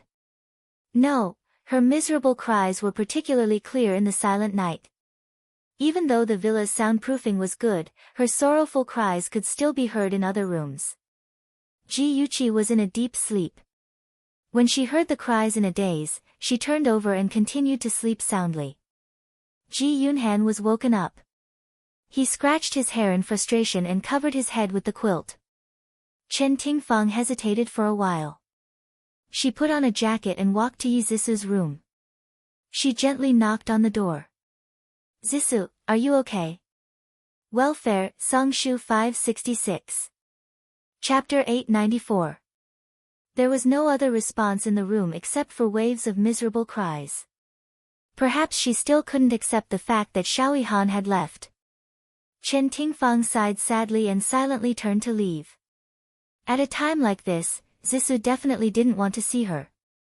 Yi Zissou locked herself in her room for an entire day. She didn't eat or drink, and no matter who came to persuade her, she wouldn't open the door. When she came out of her room the next day, everyone, including Ji Yuqi, was shocked. She was thinner than before. She was wearing a long white dress, her face was pale, and her long hair hung down to her shoulders. She had a dark and gloomy aura around her as she floated down from upstairs like a female ghost. Everyone who was eating stared at her in a daze. Ji Yunhan almost choked on his milk and mumbled, "Second sister, what's wrong with you?" Ji Bowen coughed and said, "Zissou, you must be hungry. Come and have breakfast." As the head of the family, he was also very curious as to why Zissou had become like this. However, it was obvious that she had suffered a huge blow, so it was better not to remind her of her sad past. Yi Zissou's indifferent gaze swept across everyone and finally landed on Chen Tingfang. A hint of hatred flashed in her eyes as she said indifferently, "No need. You guys eat. I want to go out for a walk." Her thin figure disappeared from everyone's sight, and the atmosphere froze for a moment. Chen Tingfang forced a smile and said to Ji Bowen, "It's okay. She's just in a bad mood. Let her go out for a walk." Ji Yuqi lowered her eyes and quietly cut the fried sausages. The sharp blade of the knife cut the sausages again and again, and the corners of her lips curved into a faint smile. Yi Zissou drove to the apartment where Xiaoyihan used to live. She opened the door with the key she left behind. The room still had its original decorations. They used to spend many happy times here. In the empty room, she could still hear his laughter and smell the faint fragrance of grass and wood on his body.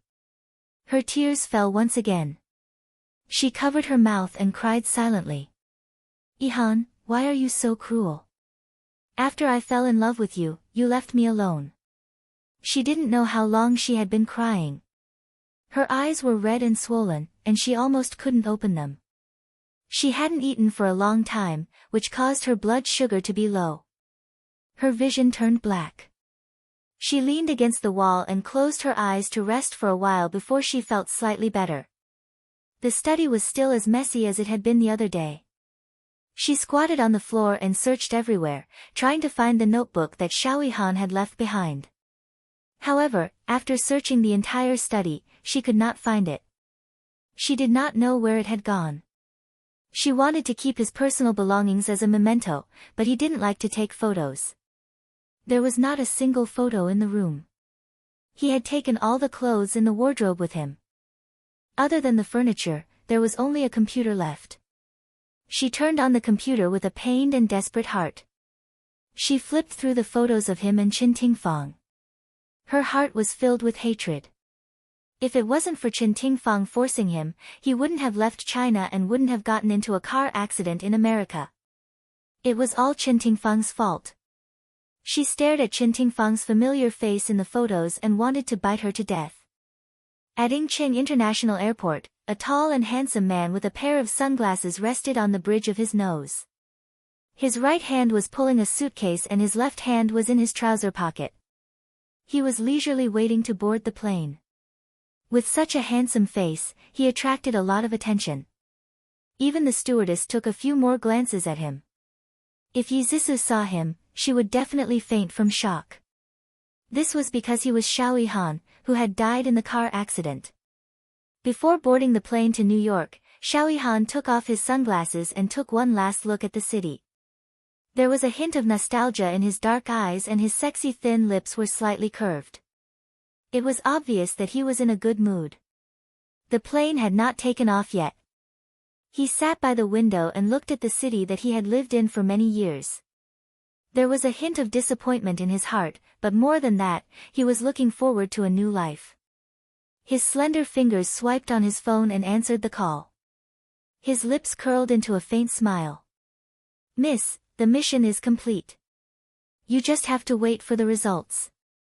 Ji Yuqi was driving and had a Bluetooth earpiece in his ear. He smiled when he heard what Xiao Han said.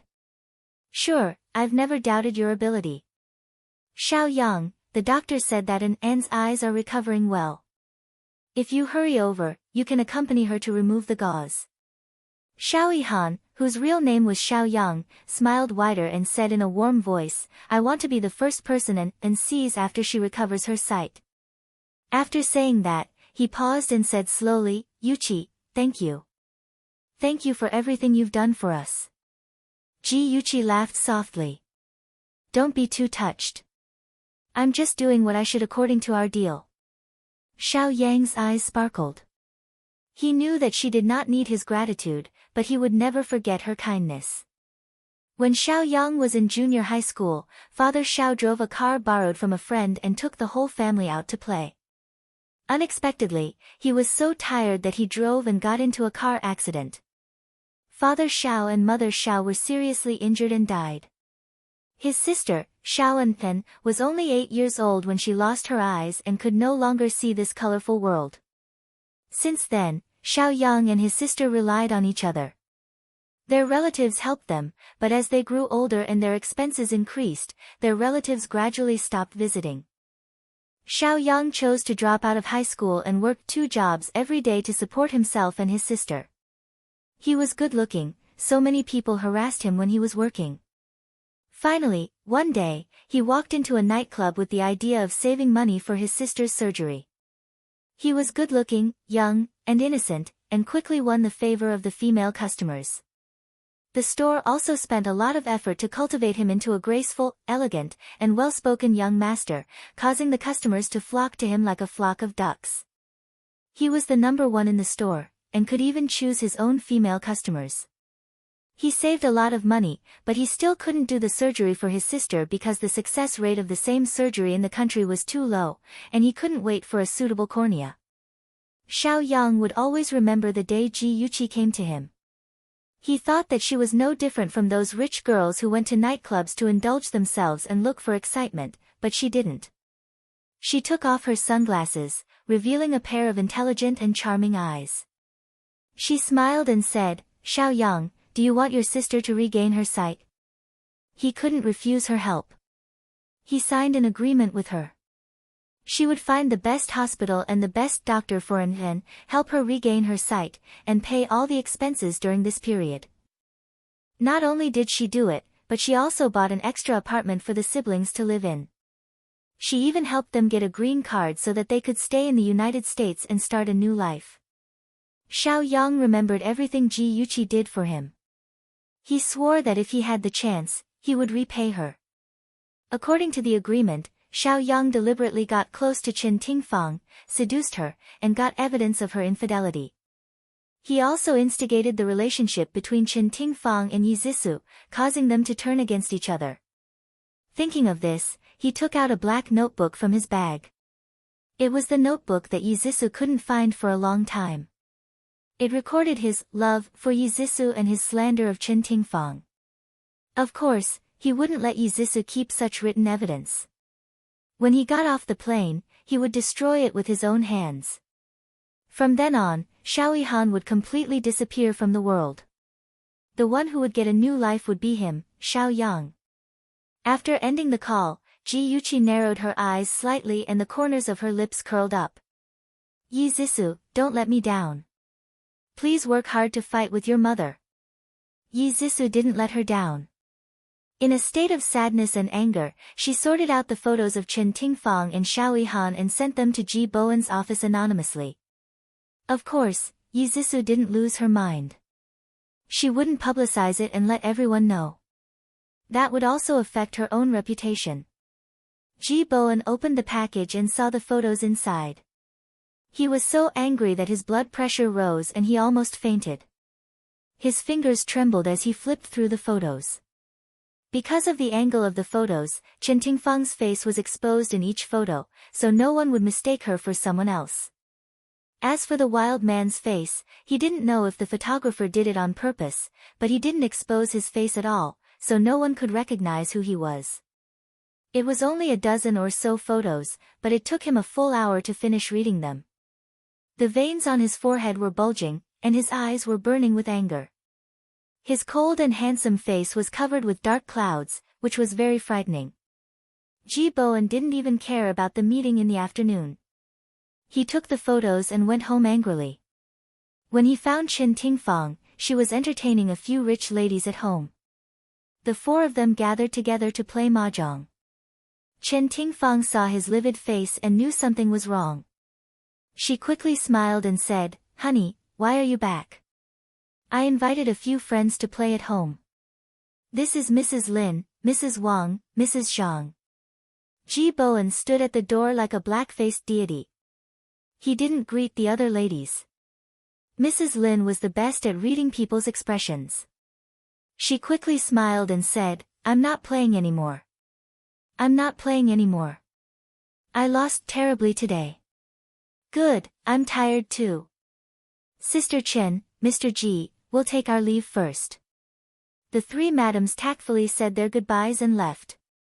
Ji Bowen let out a deep "n" and didn't say any more pleasantries. Chen Tingfang hurriedly had the servants send the three of them off. The living room quickly returned to silence. Chen Tingfang knew that he didn't like her playing mahjong at home. She smiled awkwardly and said, "Hubby, I'm sorry. They said they wanted to come to our house to play, and I didn't want to refuse. Don't worry, I won't let them come over next time." Ji Bowen ignored her deliberate flattery. His face was so gloomy that water could be wrung out. He glanced at her coldly and said, "Come upstairs with me." Attention, Hangcha 866. Chapter 895. Chen Tingfang felt uneasy as she followed him into the study. Just as she closed the door, a stack of photos came flying at her face. Her body trembled and she instinctively stepped back, but her cheek was still scratched by the sharp edges of the photos. The photos scattered in the air like snowflakes and slowly drifted to the ground. One of them landed by her feet. She stared at the photos in shock, her heart filled with panic. Of course, she remembered them. Xiao Han had taken these photos and said that they were to be mementos. Why would they appear here? Ji Bowen pointed at her nose and scolded, "Chen Tingfang, how shameless can you be? How could you do such a shameless thing? Are you worthy of me?" Chen Tingfang stared at the photos in shock and said frantically, "I didn't do it, Bowen. I really didn't do it. Those photos must have been photoshopped. Someone must be trying to frame me." Ji Bowen slammed the desk and roared, "Chen Tingfang, do you think I'm a fool? Who would be so bored as to frame you again and again?" Chen Tingfang's eyes reddened and tears fell. I don't know either. Bowen, why won't you believe me? I love you so much. How could I do anything to let you down? I really didn't do it. If you don't believe me, I can swear to God."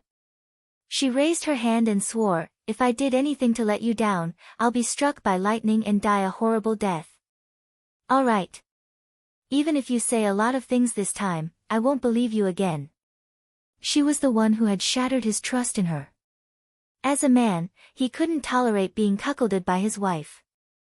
"Bowen," Ji Bowen interrupted her and said sternly, "I warned you last time that if you dare to have any ill intentions, I'll divorce you. It seems like you ignored my words. I'll inform the lawyer now to draft the divorce agreement." As he spoke, he reached for the phone. Chen Tingfang pounced on him agitatedly and held his right hand. She cried, "No, no, Bowen. Please don't divorce me. I really love you. I can't leave you. Let go. I will never believe your words again. This marriage must be divorced. I don't want Yuqi and Ahan to be killed by a heartless woman like you." Ji Bowen's heart was already filled with anger, and he wished he could immediately kick this woman out of the house. "Bowen, have you forgotten the promise you made 30 years ago? You said that you would love me forever and take care of me forever. Bowen, I haven't changed. I've always been the Tingfang who treated you as my sky, but you've changed. You only have your daughter and son in your heart. I don't mind if you misunderstand me or hurt me, but please don't leave me. Chen Tingfang hugged his arm and cried her heart out. She recalled their past and cried about his coldness. She confessed to him affectionately just to change her mind. Ji Bowen was upset. He did have feelings for her, but he couldn't stand her lying to him again and again. He had given her countless chances, but she had trampled on his feelings again and again. Go away. It's too late to say anything now. He gritted his teeth and pushed her away. Chen Tingfang followed his force and fell to the ground with a plop. Then, she closed her eyes and fainted. Ji Bowen had just picked up the phone and didn't have time to call when he found her unconscious on the ground. Although he was angry, he wouldn't let her lie on the ground. He immediately carried her back to the bedroom and ordered the servant to call the family doctor over. The matter of contacting a lawyer was temporarily put aside. The family doctor quickly rushed over and checked. He said that Chen Tingfang had a temporary cerebral ischemia caused by a moment of agitation. It was nothing serious and she would wake up after some rest. However, she had to pay attention to maintaining her emotional stability. Otherwise, it could cause serious consequences in the long run. Chen Tingfang was lying on the bed and had yet to wake up. Ji Bowen was pacing around the room with a sullen face. Ji Yuqi, who had heard the news, saw this scene and said softly, "Dad, I heard from the doctor that Auntie is fine. Don't worry." Ji Bowen was helpless. He wasn't worried at all. He was troubled. However, as a father, he couldn't tell his daughter about Chen Tingfang's affair. He could only nod his head. "Dad, don't stay here. Let Auntie have a good rest." Ji Yuqi held his arm. When she looked up at him, she saw that there were more white hairs on his head. Her heart felt as if it had been soaked in a bucket of vinegar. It was unbearably sour. Her eyes were hot and tears were about to flow out. She quickly looked down and forced the tears back. Ji Bowen sighed. "Okay, let's go out." The door slammed shut and the room returned to silence. Chen Tingfang slowly opened her eyes. She let out a long sigh of relief. Fortunately, she had pretended to faint. Otherwise, Ji Bowen would already be discussing the divorce agreement with the lawyer. Then, she frowned again. Right now, she couldn't care less about who gave those photos to Ji Bowen. She had to think of a way to dispel Ji Bowen's thoughts of divorce. On the other side, Ji Yuqi held onto Ji Bowen's arm and accompanied him for a walk in the garden. The father and daughter walked quietly on the path. Ji Yuqi's eyes were slightly lowered. She was thinking about something. Originally, she wanted to borrow Yi Zisu's hand to make the whole city know about Chen Tingfang's affair so that she could no longer have a foothold in the upper-class society. However, she had changed her mind. If Chen Tingfang's scandal was made public, her father would also be implicated and would be laughed at by others. She couldn't let her father get hurt. She already felt guilty for letting Xiao Yihan seduce Chen Tingfang. Ji Bowen was still not used to his lively daughter snuggling up to him like an obedient little bunny. He pressed his right hand on the top of her head and said gently, "Chi-Chi, what are you thinking about?" Ji Yuqi looked up at him. Although he had a kind smile on his face, she could still see a faint gloominess between his brows. She felt sorry and guilty. She said softly, "Dad, I'm sorry." "Huh? Did you get into trouble again?" Ji Bowen deliberately put on a stern face. Ji Yuqi hurriedly shook her head. Thinking that something was wrong, she nodded again. Ji Bowen didn't know whether to laugh or cry. "Did you get into trouble or not?" She didn't answer his question. Instead, she asked, "Dad, if I knew that someone was a bad person, but I still deliberately induced her to do bad things because she did bad things and ended up hurting others. Dad, am I wrong to do this?" Ji Bowen was startled as he looked at his daughter in front of him. Her eyes revealed a trace of confusion, as if she was a lost child. He naturally rubbed her hair and gently said, "Before I answer your question, answer me first. What is your purpose in doing this?" Ji Yuqi bit her lips. I want to take revenge on that person and protect the people I care about. Only by completely destroying the relationship between Chen Tingfang and her father could she drive Chen Tingfang out of the Ji family. Moreover, she wanted Chen Tingfang and Yizisu to turn against each other and hurt each other. There was a kind of battle called killing with a borrowed knife, and there was also a kind of battle called killing without shedding a drop of blood. Ji Bowen's eyes moved slightly. He looked at her with a complicated expression and said meaningfully, "Since you want to protect the people you care about, I'm sure you'll be able to get through the harm. Chi-Chi, there's no such thing as right or wrong in this world. As long as you have a clear conscience, that's enough." Ji Yuqi's lips quivered a few times. She really wanted to tell him the truth, but when the words reached the tip of her tongue, she lost her courage. She avoided his deep gaze and said softly, "I understand, Dad." She didn't see that the moment she lowered her head, disappointment flashed across Ji Bowen's eyes. From Yuqi's words, he had already guessed who had sent those photos to him. However, since his daughter didn't want to say it, he wouldn't force her. At least, he knew that she had good intentions. "In the master bedroom. I heard that you're sick.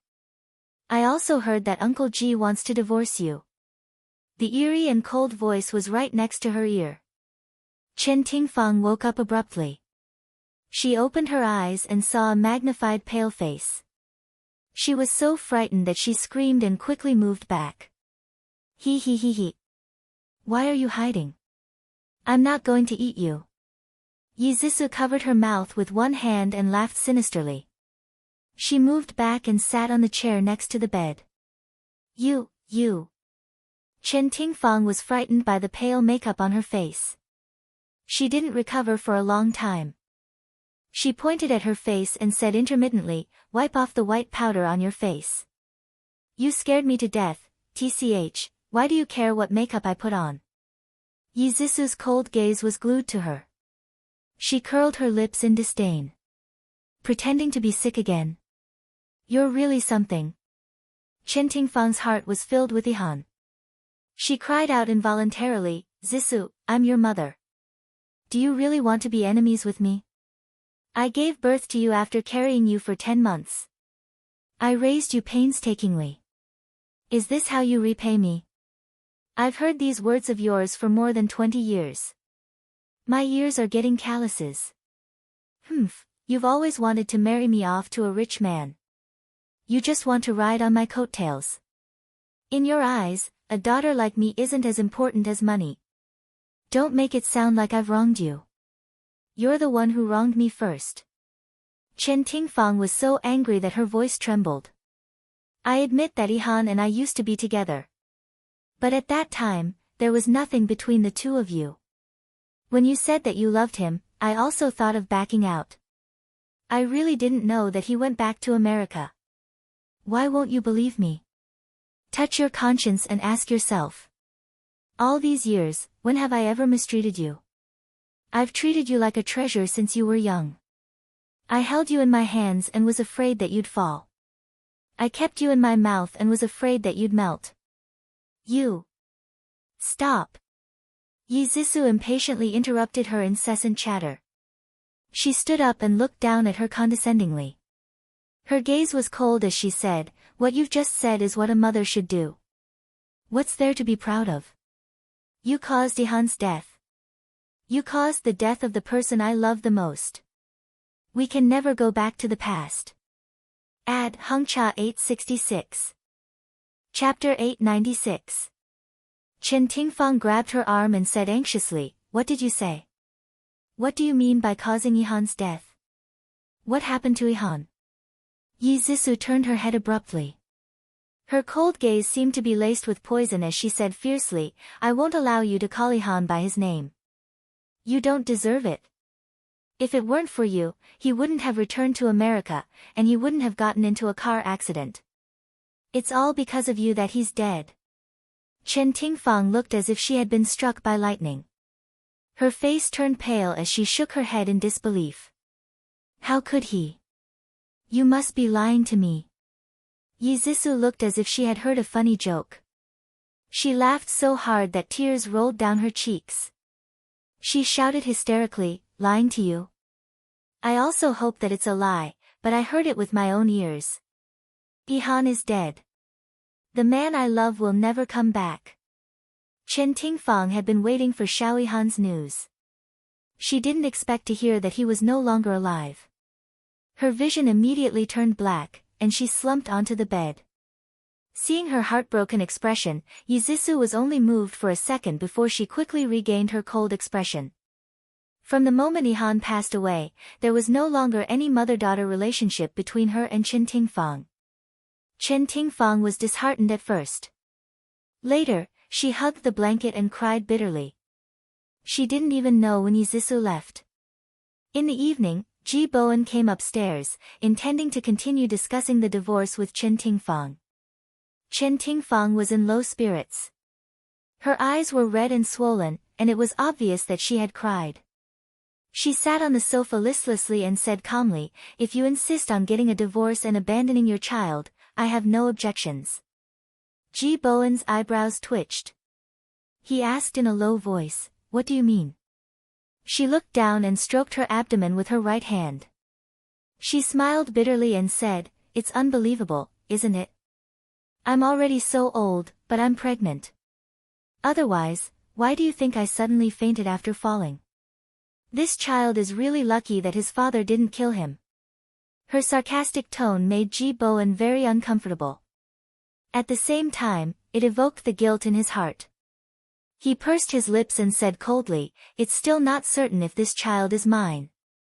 Do I need to remind you that we haven't slept together for more than a month?" Chen Tingfang seemed to be exhausted. She leaned on the soft cushion and said weakly, "It's your memory's bad. A month and a half ago, you went to a party and drank, and you drank too much and to forget what you did. If you don't believe me, you'll do a paternity test after the child's, since you're pregnant, why did you only tell me now? Is this an excuse you made up at the last minute?" Chen Tingfang shook her head helplessly. "I only found out today. I didn't have time to tell you, and you. Besides, I can lie to you about being pregnant for a while, but can I lie to you for 10 months? Forget it. I'm very tired. I don't want to argue with you." Ji Bowen was speechless. If she was really pregnant with his child, of course, he couldn't divorce her. If word got out, people would only say that he, Ji Bowen, had abandoned his wife and child. He thought for a moment and said, "I'll accompany you to the hospital tomorrow for a prenatal checkup." Accompanying her to the hospital for a prenatal checkup sounded nice, but he actually wanted to see if she was pregnant or not. Chen Tingfang sneered inwardly, but she wasn't afraid. She had already made arrangements in the afternoon. The director of the obstetrics and gynecology department in the city hospital was a friend of her cousin, Lu Jianfeng. It was only a matter of minutes for him to forge a fake prenatal checkup report.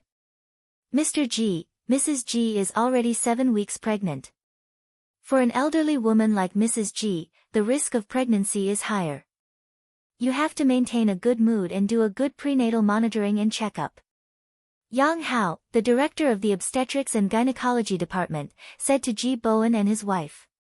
Chen Tingfang couldn't hide the joy on her face. She kept asking about things she should take note of, as if it was her first pregnancy. Ji Bowen didn't look good. He already had 2 children, and he didn't have much hope for the child in Chen Tingfang's belly. Besides, the child might not be his own. He felt frustrated at the thought of that. After Chen Tingfang and Yang Hao finished talking, Ji Bowen asked Yang Hao alone, "Dr. Yang, is there any way to do a paternity test before a pregnant woman gives birth?" Yang Hao was shocked, but he didn't show it on his face. He smiled and said, "You can do an amniocentesis DNA test after 16 weeks of pregnancy, but there's still a certain risk. Besides, Mrs. G is an elderly woman, so the risk is even higher, so I don't recommend doing that. It's best to wait until the baby is born." Yang Hao had received benefits from Chen Tingfang, and Lu Jianfeng had also given him a heads up. Naturally, he had to do his best to sway Ji Bowen and dispel any thoughts of Ji Bowen. Although Ji Bowen didn't like the child who came at the wrong time, he didn't want Chen Tingfang to take the risk, so he quickly gave up on the idea of doing a fetal test. However, he couldn't get a divorce for the time being. Ever since Chen Tingfang was pregnant, she had been staying at home obediently. When the ladies asked her out, she would reject them because she was pregnant. Soon, everyone knew about her pregnancy. Even if Ji Bowen was worried about what outsiders thought, he wouldn't ask for a divorce at this time, Chen Tingfang thought smugly. "Madam, this is the freshest cherries. It was just flown in from Canada. Try it. Madam, the kitchen just made some nutritious porridge. Have some." Madam, in the living room, the servants were scrambling to persuade Chen Tingfang to eat something.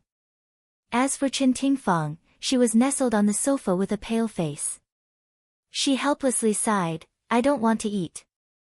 I have no appetite." Ji Bowen was sitting beside her with a newspaper in his hand. He looked up at her and said, "It's been hard on you. Your pregnancy reaction is too strong. Wasn't it hard to pretend to be pregnant and vomit?"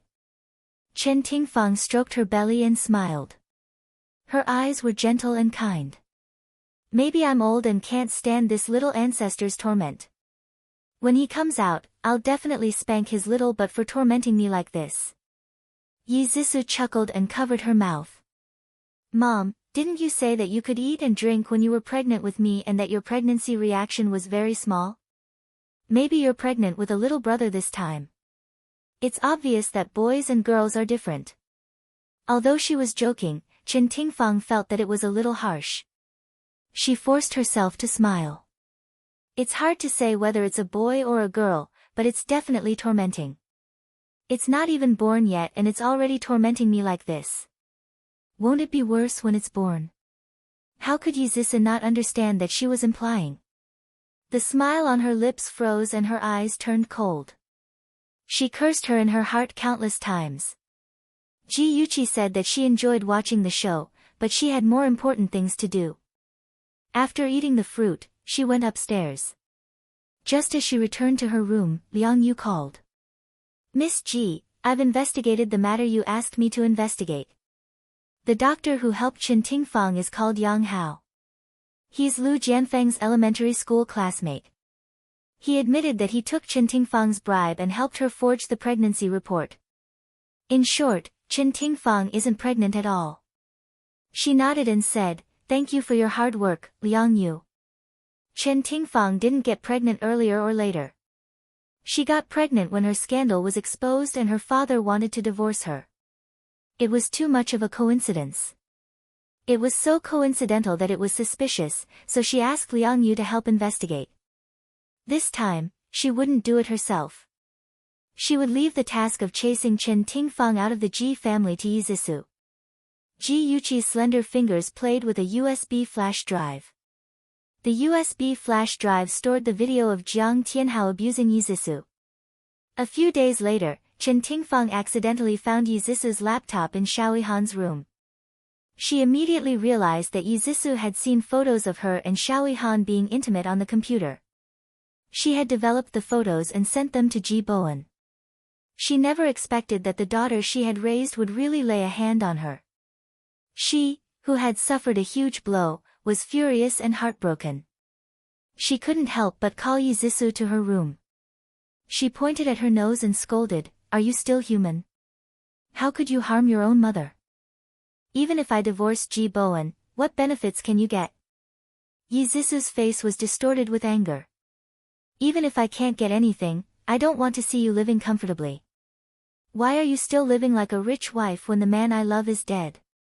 You're crazy." Chen Tingfang was flustered and exasperated. She ruthlessly slapped her. "Hurry up and wake up." "Humph, I'm crazy. I've been crazy since Ihan died." Yi Zhisu covered her cheek with her hand and said coldly, "This slap is to repay you for raising me. From now on, I don't owe you anything. Take care of yourself. Don't let me catch you."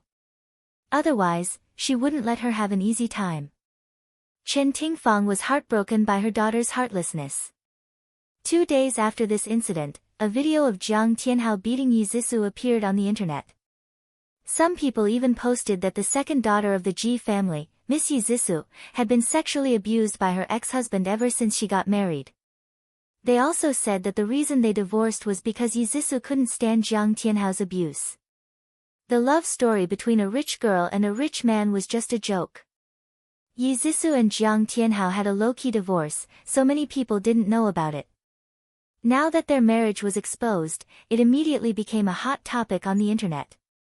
Even some gossip media and magazines jumped in front of Yizisu to ask her for confirmation. Needless to say, at school, everyone looked at her with colored glasses. People who hated her even created all kinds of rumors, saying that Jiang Tianhao abused her because she had an affair. Some people even said that Jiang Tianhao married her because she seduced him. Attention, Songshu 566. Chapter 897. She was the victim, so why was she the one being blamed? Yizisu was about to go crazy, but the person she hated the most was Qin Tingfang. She rushed back to the Ji family as fast as she could, and when she passed by the garden, she heard someone whispering. It's amazing that Madam can still get pregnant at such an old age. Let me tell you, I suspect Madam is pretending. Didn't you see how well she's been at home recently? Shoo, someone's coming. Let's go. Yizisu was in a hurry to settle the score with Qin Tingfang, so she didn't ask who was secretly discussing it. However, she took the words about fake pregnancy to heart. She ran all the way until she was in front of Qin Tingfang.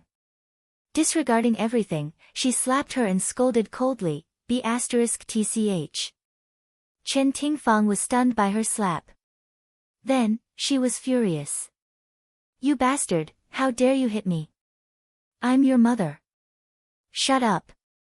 I don't have a vicious mother like you. You called me a bastard, but I think you're worse than a bastard. You keep saying that I'm your daughter, but have you ever considered me? You actually posted the video of Jiang Tianhao abusing me online, and you even let people say that I've been sexually abused by him for a long time. Have you ever thought about the consequences of doing this? Yizisu yelled hysterically. She had reached an agreement with Jiang Tianhao that she wouldn't expose the video of domestic abuse, and Jiang Tianhao wouldn't expose the evidence of her and her daughter's evil deeds.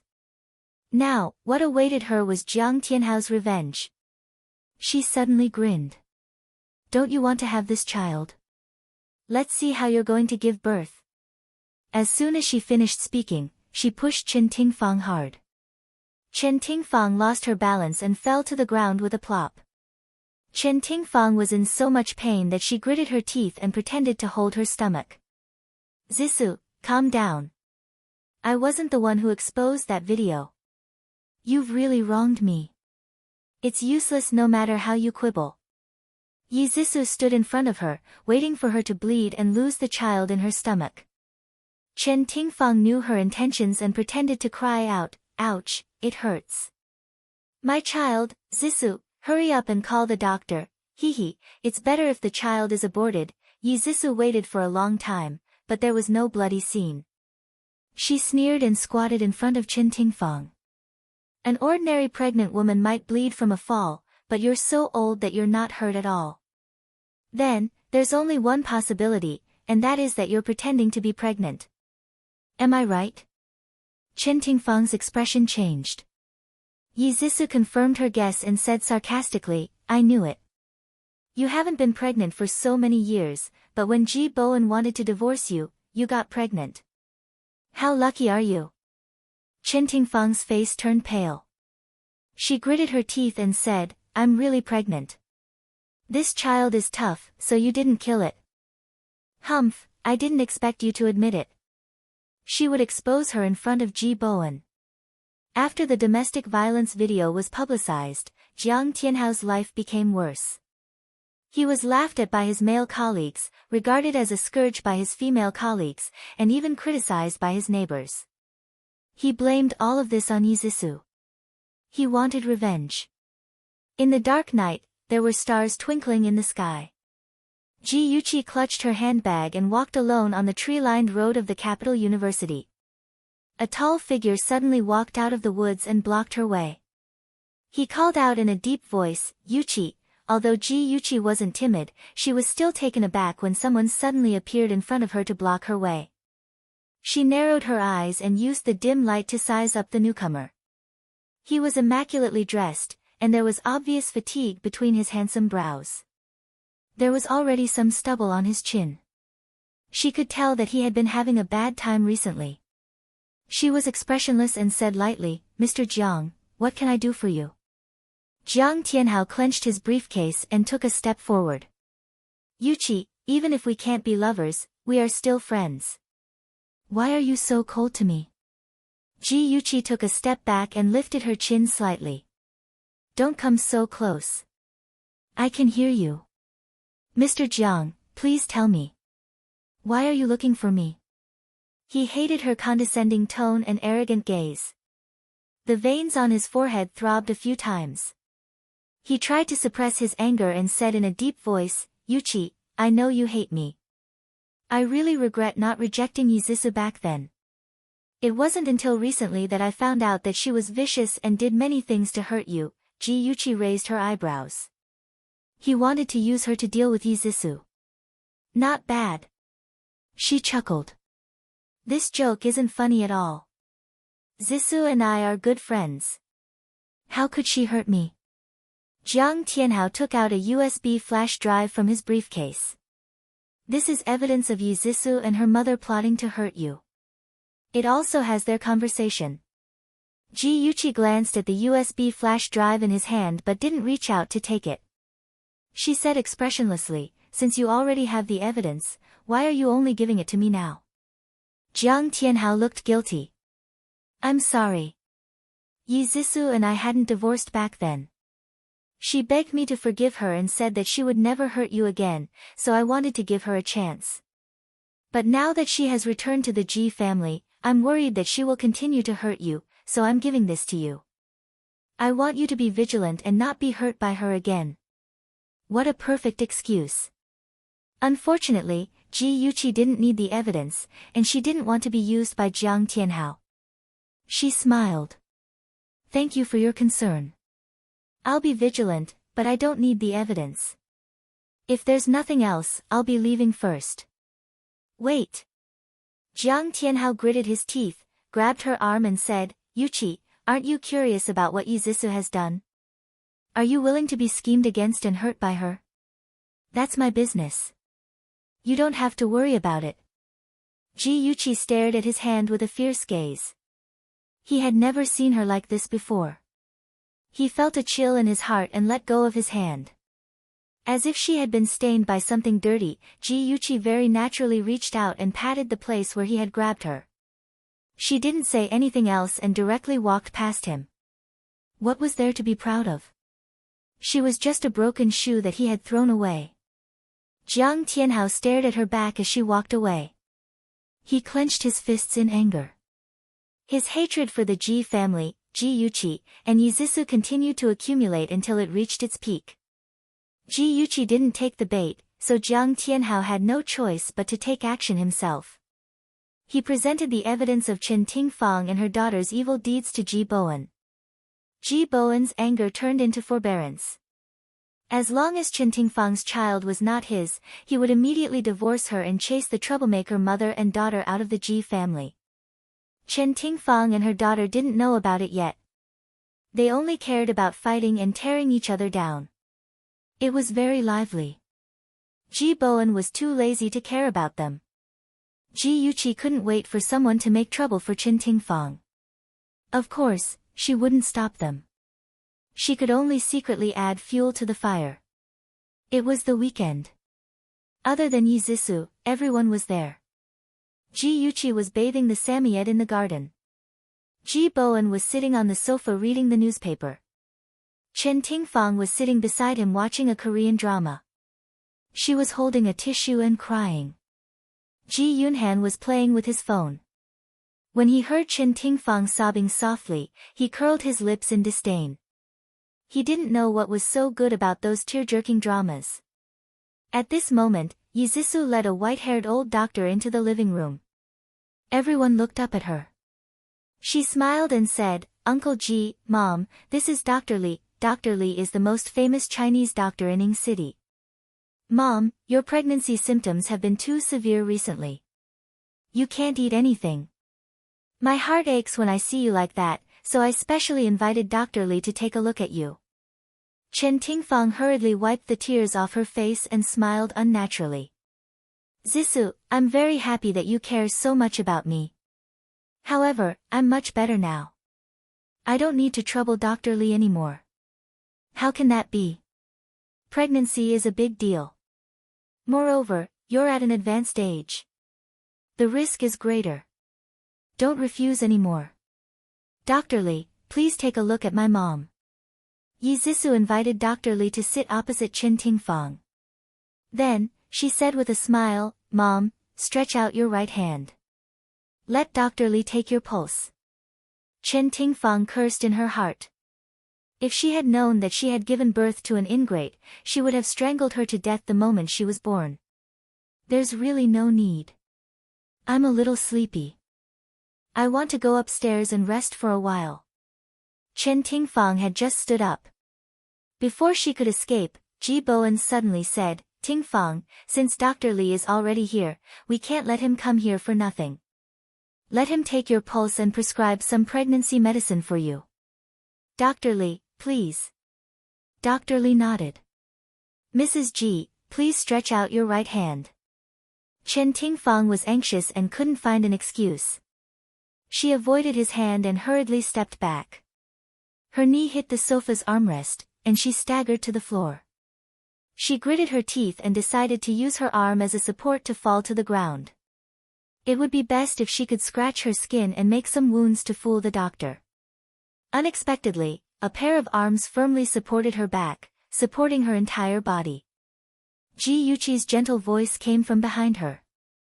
Auntie Chen, are you all right? Chen Tingfang's smile was uglier than crying.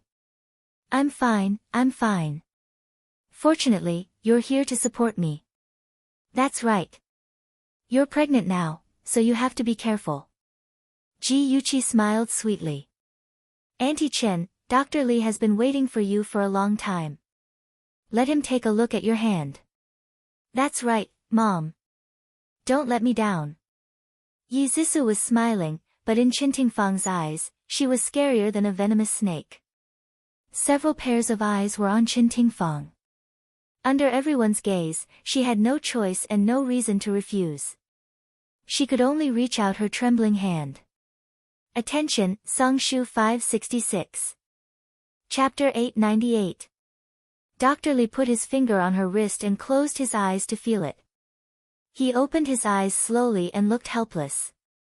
No wonder the lady didn't want to let him take her pulse. He shook his head and said, Mr. G, Mrs. G isn't pregnant. I still have something to do, so I'll take my leave. Ji Bowen's expression changed a few times, but he finally calmed down and asked the butler to see the guests out. After Dr. Li left, the atmosphere in the living room froze. Chen Tingfang felt like she was sitting on pins and needles. She wanted to say something, but she swallowed her words when she saw Ji Bowen's dark face. Ji Bowen didn't fly into a rage as Yi Zissou expected, nor did he say anything. Instead, he picked up the phone and called the lawyer to come to the Ji residence. The lawyer was naturally to draft the divorce agreement. Chen Tingfang's face was pale, and she screamed, Bowen, listen to me. I really don't know what's going on. Ji Bowen looked tired. He waved his hand and said, You don't have to say anything. We'll sit down and talk when the lawyer comes. Yi Zissou smiled in satisfaction. She knew that she wouldn't benefit from the divorce between Ji Bowen and Chen Tingfang, but it didn't matter. She just didn't want Chen Tingfang to be comfortable. Why should Xiao Han die because of her? Her reputation was ruined because of her, but she was still living comfortably. Ji Yuqi and Ji Yunhan looked at each other and found an excuse to leave. The siblings each rode a bicycle and walked side by side in the cool autumn wind. Ji Yunhan thought of something and smiled. Sister, you were the one who uploaded the video of Yi Zissou being abused by Jiang Tianhao, right? Where did you find it? Ji Yuqi's long hair fluttered in the wind. She blinked and said with a smile, "Of course, I stole it from Chen Tingfang. What do you think? I did a good job of framing her, didn't I?" Ji Yunhan held onto the steering wheel with one hand and gave a thumbs up with the other as he smiled. "Well done, as expected of my sister." The laughter of the two echoed on the mountain road. The golden leaves danced in the air. The two bicycles leisurely traveled in this fairy tale-like scenery towards the sunset. After the children left, Chen Tingfang followed Ji Bowen into the study. She wanted to save their marriage, but Ji Bowen was determined. He refused to listen to her explanation, and he didn't want to maintain the marriage. The lawyer quickly arrived and said that Chen Tingfang was the one at fault for having an affair. According to the law, the innocent party could ask the guilty party for less or no share of the property. Ji Bowen remembered their old friendship, so he was not so heartless. He proposed to give 30% of all the property to Chen Tingfang and her daughter. This 30% was enough for Chen Tingfang and Yi Zisu to live comfortably for the rest of their lives. However, Chen Tingfang was ambitious and was not satisfied with the division of property. Since both sides had fallen out, she no longer pretended to be gentle and magnanimous. She insisted on sharing the property equally. Of course, Ji Bowen didn't agree. He worked so hard to build the business and wanted to leave it to his daughter and son. How could he give half of it to Chen Tingfang? Chen Tingfang sneered. "I've been married to you for so many years. I helped you with the housework, took care of the children, accompanied you to socialize, and helped you open up the business circle. Your achievements today are also due to me. I ask for half of the property. That's what I deserve." Ji Bowen was infuriated by her shameless words. He said angrily, "There are so many servants in the house. Since when did you need to do the housework yourself? Take care of the children. You still have the nerve to mention it. You framed Yuqi and Ahan time and time again. I haven't settled the score with you yet. You play mahjong every day, go shopping, and do beauty treatments. You call that socializing? Don't make people laugh their heads off. I won't give you 30% of the property, not a cent more." Chen Tingfang's face turned green and red after being scolded by him in front of the lawyer. Fortunately, she was thick-skinned and quickly calmed down. She said calmly, "Okay, since we can't negotiate, let's meet in court. We'll see whose side the judge is on." Ji Bowen was furious. He slammed the table and said, "Okay, let's meet in court. I'm not afraid of you." Because of the division of property, Ji Bowen and Chen Tingfang completely fell out. The two of them lived under the same roof and saw each other frequently, but they didn't speak more than 3 sentences a day. Yi Zisu was very self-aware. She kept a low profile and no longer hung around the two of them and annoyed them. She went to school during the day and went to nightclubs to pass the time at night. She indulged in a life of luxury and numbed her nerves. She wanted to use this opportunity to forget Xiaoyihan. The pure and innocent goddess of the past was already dead. The one who was alive now was an enchanting demoness who bloomed at night. She wore heavy makeup every day and shuttled through lively bars and nightclubs. She flirted with different people, went on a boat with different people, and woke up in different places. At first, this kind of life made her feel very excited. Slowly, she began to feel empty. It was like a boat that had lost its direction and was drifting in the sea. The man who had once pointed out the direction for her was no longer around. She was left alone in despair. During this period of time, Ji Yuqi's life was very relaxed. Chen Tingfang was busy fighting for property with Ji Bowen, and Yi Zisu was busy indulging in debauchery. For the time being, no one bothered her. Free Company was operating well. With Qingsang in charge, she didn't need to spend too much energy.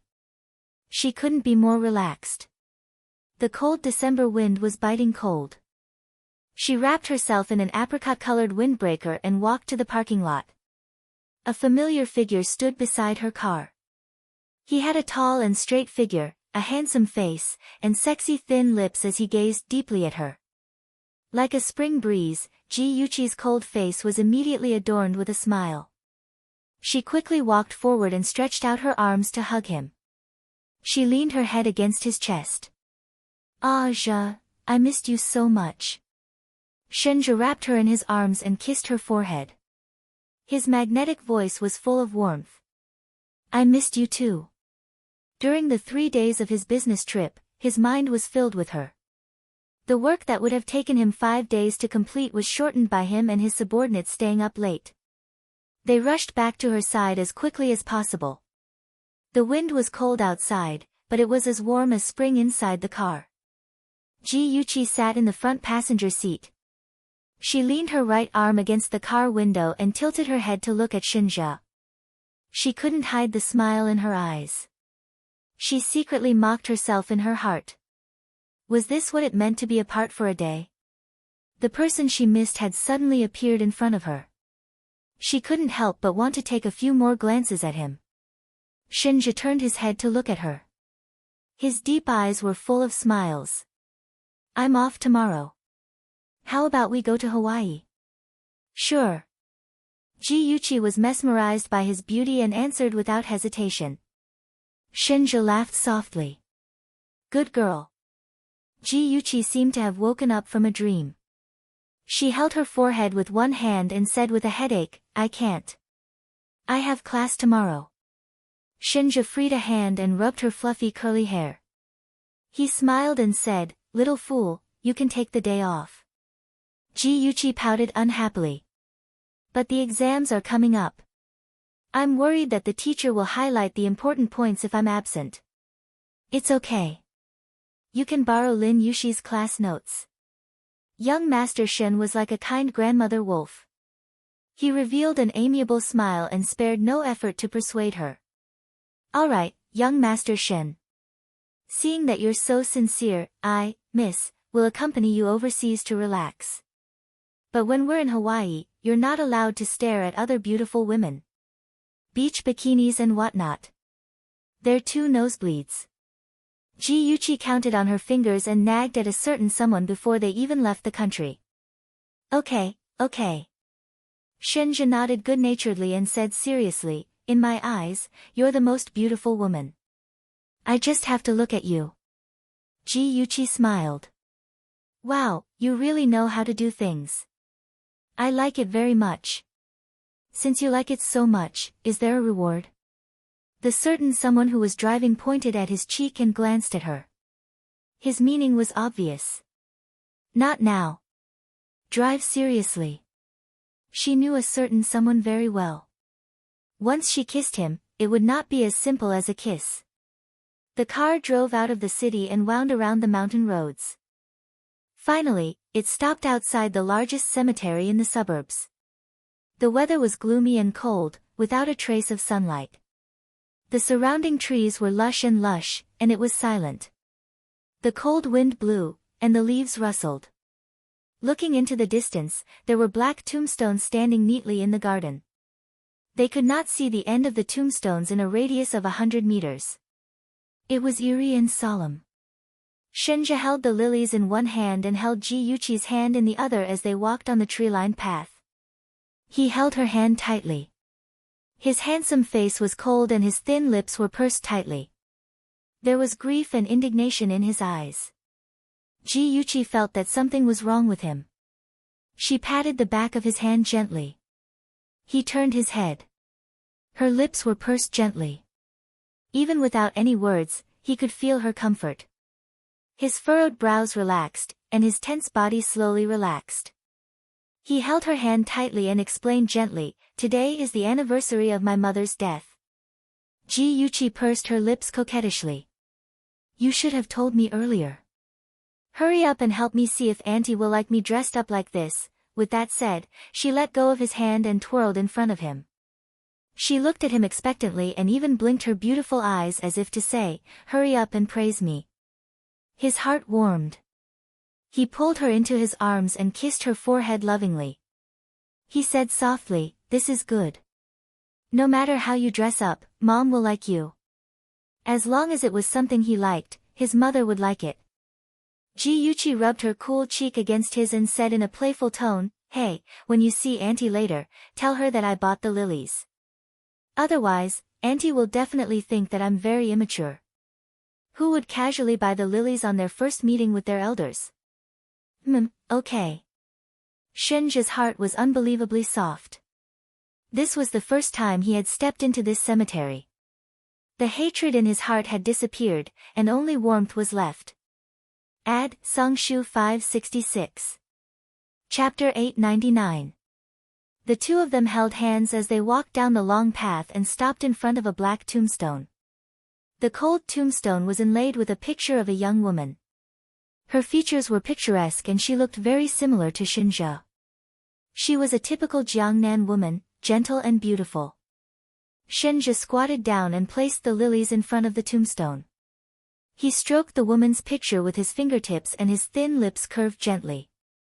Mom, I'm here to see you. The one standing beside me is Yuchi. She's your future daughter-in-law. She bought the lilies for you. Do you like them? Yuchi's cheeks flushed red. She was just playing around to make him happy. She didn't expect him to say it in front of Mrs. Shin's tombstone.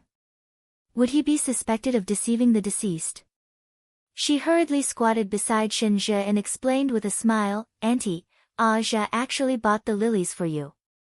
I was just joking with him. Don't be angry. The next time I come to see you, I'll definitely buy you the most beautiful flowers. Shinja stared at the woman on the tombstone and a smile appeared in his eyes. He said in a low voice, Mom, do you see that? Yuchi is a very good girl. You don't have to worry about me anymore. Yuchi's heart was filled with warmth. She patted her chest and promised, Auntie, don't worry. I'll take good care of Shinja. Shinja's heart was as warm as spring. The smile on his lips deepened and he teased, I should be the one saying that to you. Yuchi thought of her mother and her eyes darkened. She quickly regained her smile. It doesn't matter who said it. We'll take care of each other anyway. You're right. He ruffled her hair and stood up holding her hand. The two of them stood quietly in front of the tombstone for a long time. It was getting late. Shinja held her hand and walked out of the tombstone. There were tall trees on both sides of the road. Fallen leaves covered the road like a thin golden carpet. The two of them walked alone, leaving behind a pair of backs that were leaning against each other. On the way home, Shinja was silent for a long time before he finally spoke. His voice was a little hoarse. When I was 4 years old, my mother was pregnant with my brother. Just as she was about to give birth, Tao Shireen came with a big belly. She fought with my mother and pushed her to the ground. My mother passed away in labor that night. In less than a month, Shin Jianhao and Tao Shireen. At that time, Tao Shireen came to the door. His mother asked the servant to take him upstairs. He curiously hid on the stairs and peeked. He saw Tao Shireen scolding his mother and even saw her slap his mother. He desperately rushed downstairs, wanting to protect his mother. However, he was pushed to the ground by Tao Shireen. His mother wanted to help him up, but was also pushed by Tao Shireen. The floor was covered with blood. He lay there in a daze, not knowing what to do. The sharp-eyed servant immediately called for an ambulance, but still couldn't save his mother and the child. That pool of blood was like a nightmare that haunted Shinja throughout his youth. He hated himself and felt that he was the cause of his mother and little brother's death. Coupled with Tao Shireen's mischief, his personality became more and more withdrawn and he was less and less liked by Shin Jianhao. Ever since Tao Shireen's son, Shin Yu, was born, he became the extra in the Shin family. If his grandfather hadn't brought him to live with the Qin family for a year and hired a psychiatrist to give him psychological guidance, he would have become an autistic child. Thinking back to that period of time, Shinja's eyes became colder and colder. He gripped the steering wheel harder and his whole body burst out with cold hatred. Although Yuchi knew that he didn't get along with Shin Jianhao in her previous life, she didn't know the inside story. Her heart ached and she reached out to touch his face and said softly, Aja, you're no longer alone in the future. I'll be with you. After a long period of silence, he slowly said, okay. His voice was hoarse, but it carried an irresistible firmness. In his deep eyes, the hostility had already dissipated and was buried by cold arrogance and dominance. He would not allow Shin Jianhao to hurt the woman he loved. Hawaii Beach. The blue sky, the blue sea, and the sun was shining brightly. Beauties in bikinis were everywhere on the beach. Some were laughing and playing in groups of 3 or 5, while others were walking with their male companions. Ji Yuqi was lying lazily under a sun umbrella with a glass of fresh orange juice in her hand, enjoying the beautiful leisure time. Behind her was a 5-star hotel in Linhai. At this moment, Shinjo was having a video conference in the hotel room. It couldn't be helped. Who told the company to have a sudden problem? The subordinates didn't dare to act on their own and could only contact the boss. Ji Yuqi finished her orange juice and swam on the beach for half an hour. Shinjo still hadn't come. She thought that since he was in a meeting, she couldn't go back and disturb him. So, she walked into the small bar next to the hotel, intending to enjoy the air conditioning here. Just as she stepped into the door, a gust of cold air hit her. She wasn't used to it and reflexively stopped. She hugged her arms and shivered. The person walking behind her didn't expect her to stop suddenly and almost bumped into her. That person quickly reached out to support her shoulder and apologized in English. Ji Yuqi turned around and said with a smile, "It's okay. It's my fault." When she saw the person's face clearly, the smile on her face froze, and her beautiful phoenix eyes suddenly shrank. The man in front of her was a Chinese, and meeting a Chinese in Hawaii was not a strange thing. What was strange was that the man she met was called Shinyu, and he was Shinja's half-brother. Shinyu and Shinja did not look alike at all. Shinja looked like his mother, Qin Yuelan, while Shinyu looked very much like Shin Jianhao. He was simply a younger version of Shin Jianhao. His facial features were handsome, and his nose bridge was very high. The tip of his nose was slightly hooked downwards, adding a bit of gloominess to his handsome face. Coupled with his eyes that were as sharp as a falcon's, it made him seem even more cold and indifferent. Even though he was smiling, Ji Yuqi still felt that he was sinister and terrifying. She subconsciously raised her guard. While she was sizing up Shinyu, Shinyu was also sizing her up. She was wearing a bohemian dress and a sky-blue straw hat on her head. Her long, seaweed-like curly hair naturally draped over her shoulders. Her facial features were outstanding, and her entire face was breathtaking. As long as one looked at her, it would definitely be unforgettable. The long dress with thin straps revealed her beautiful swan-like neck, exquisite collarbone, and snow-white shoulders. Her entire body exuded the enchanting fragrance of a Shao woman, causing the blood in his body to become restless. She was indeed a rare beauty. No wonder his cheap brother fell in love with her. Shinyu smiled and said in Chinese, "Miss, you're from China, right?" Ji Yuqi's lips curled up, revealing a pleasantly surprised expression. "Yes, I didn't expect you to be from China too." "What a coincidence." Shinyu's smile deepened. "Since we're so fated, can we have a cup of coffee together?" Wouldn't it be too inconvenient?" Ji Yuqi's gaze slid to the woman beside him.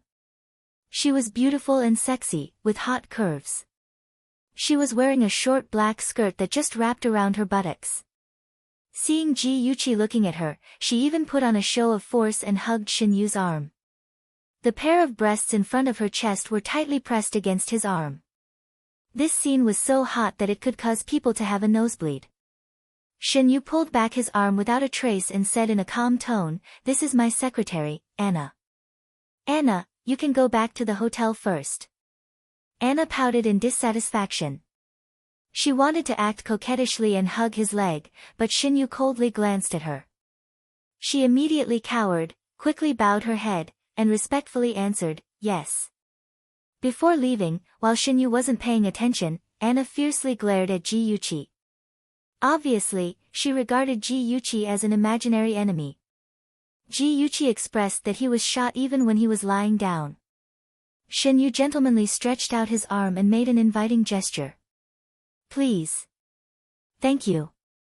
The two chose a seat by the window, where they could see the blue sea, the beautiful coconut trees, and the beautiful bikini scenery on the beach. After ordering the coffee, Shinyu introduced himself in a gentlemanly manner. I'm Shinyu. What's Mrs. name? Ji Yuchi pretended not to recognize him and reported his name with a smile. Shinyu stirred the coffee in the cup with a small spoon. A faint smile flashed across his cold, thin lips. His tone seemed to be a bit ambiguous. Sir, Mrs. name is too estranged. Can I call you Yuchi? Okay, the name is for people to call. Mr. Shin, are you also here to travel?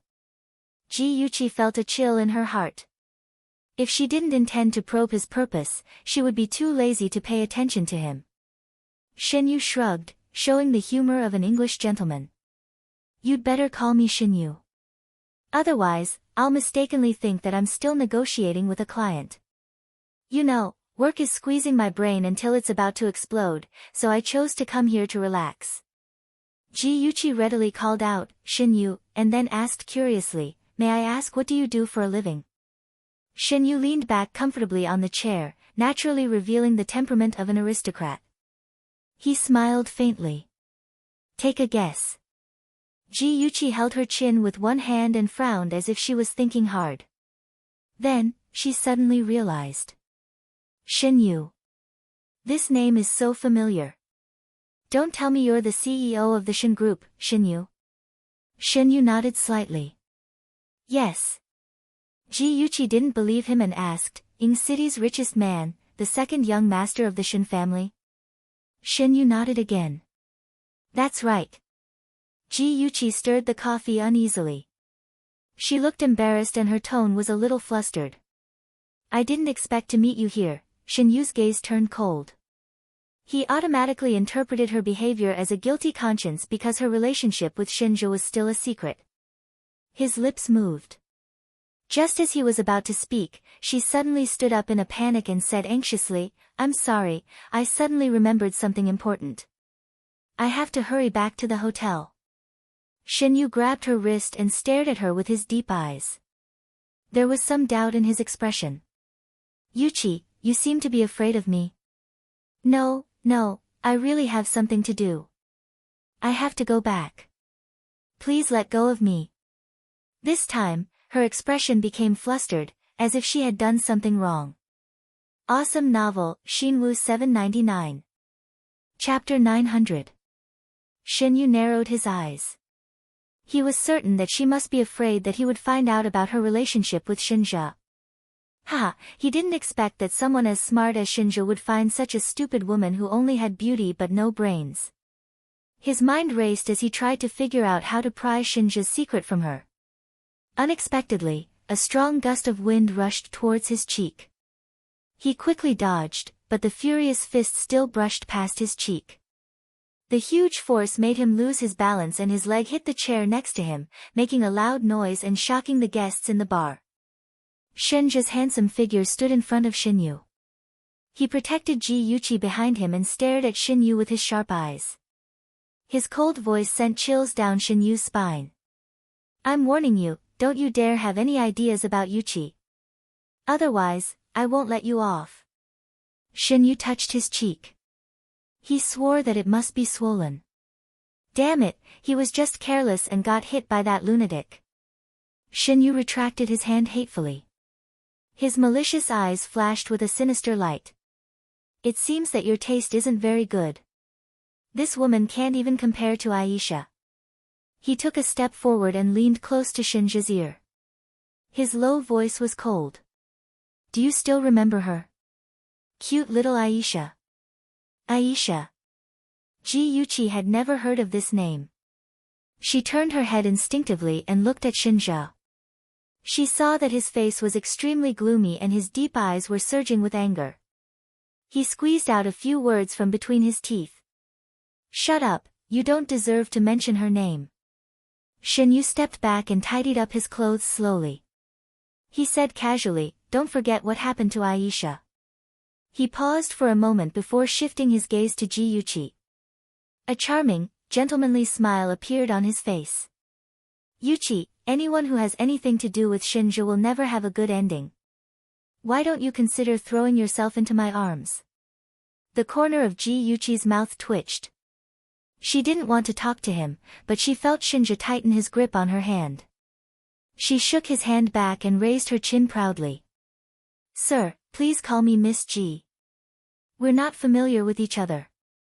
Of course, if you're willing to act like a younger brother, I'll allow you to call me sister-in-law. Shin Yu's eyes narrowed and he smiled sinisterly. I didn't expect you to have such a sharp tongue. Interesting, I suddenly feel like I'm starting to like you. The anger in Shinja's eyes intensified and a violent aura erupted from his body. He pulled Ji Yuqi into his arms and announced in a domineering manner, Yuqi is my fiancé. If you dare to talk nonsense again, I'll consider making you unable to speak again. Chen Yu shrugged his shoulders and smiled gently. Alright, it's just a joke. Why are you so serious about it? I'm actually not interested in your baby at all. You know that I like women with big breasts and perky butts. Alright, you guys have fun. As he spoke, he reached out to pat Shinja's shoulder. Shinja hugged Ji Yuqi and quickly dodged. The disgust in his eyes was undisguised. Chen Yu didn't take it seriously. He shrugged his shoulders and called the waiter to settle the bill with great grace. Shinja's tense body only relaxed after his figure disappeared from the bar entrance. He held Ji Yuqi's shoulder and frowned slightly. Did he hurt you? No, don't be nervous. Ji Yuqi glanced at the people around and said softly, there are so many people here. Let's go back to the hotel. When they returned to the hotel, the first thing Shinja did was to wipe Ji Yuqi's right wrist with a wet towel. Shinju had just touched that place. The man sitting in front of her lowered his eyebrows. Every movement was careful and careful, afraid of hurting her. She suddenly felt very guilty and whispered, I'm sorry, Aja. He was too fast just now and I didn't have time to avoid it. Shinja paused and looked up at her. There was no reproach on his handsome face and his gaze was very gentle. It's too dirty to be scratched by that kind of person. As if afraid that she would misunderstand, he hesitated and said, he has many women.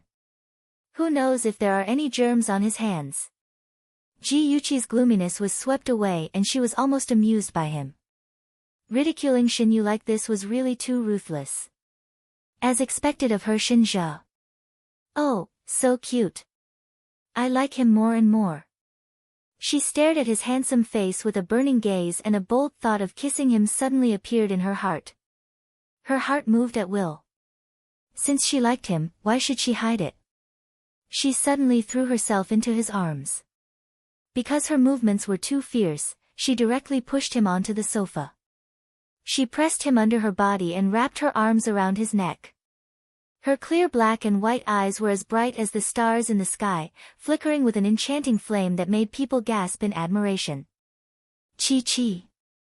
Shoo, don't talk. She raised a finger and placed it on his lips. She lowered her head slightly and kissed his forehead. Her soft lips slowly moved downwards like a beautiful butterfly, lightly resting on his thin lips. His Chi, for the first time, took the initiative. Shinja happily hugged her tightly. Even if she wanted to go back on her words, it was already too late. He took the initiative and his wet and hot tongue drilled into her mouth, extremely gentle. After a while, she laid on his chest and her slightly swollen red lips rubbed against his cheek. She whispered in his ear, Aja, I love you so much. This was the first time she had said those words seriously. Shinja's heart melted. He suddenly understood why it was said in the books that couples like to say those words to each other. It was because it was a wonderful feeling. It was as if he suddenly had the whole world and his heart was filled with joy.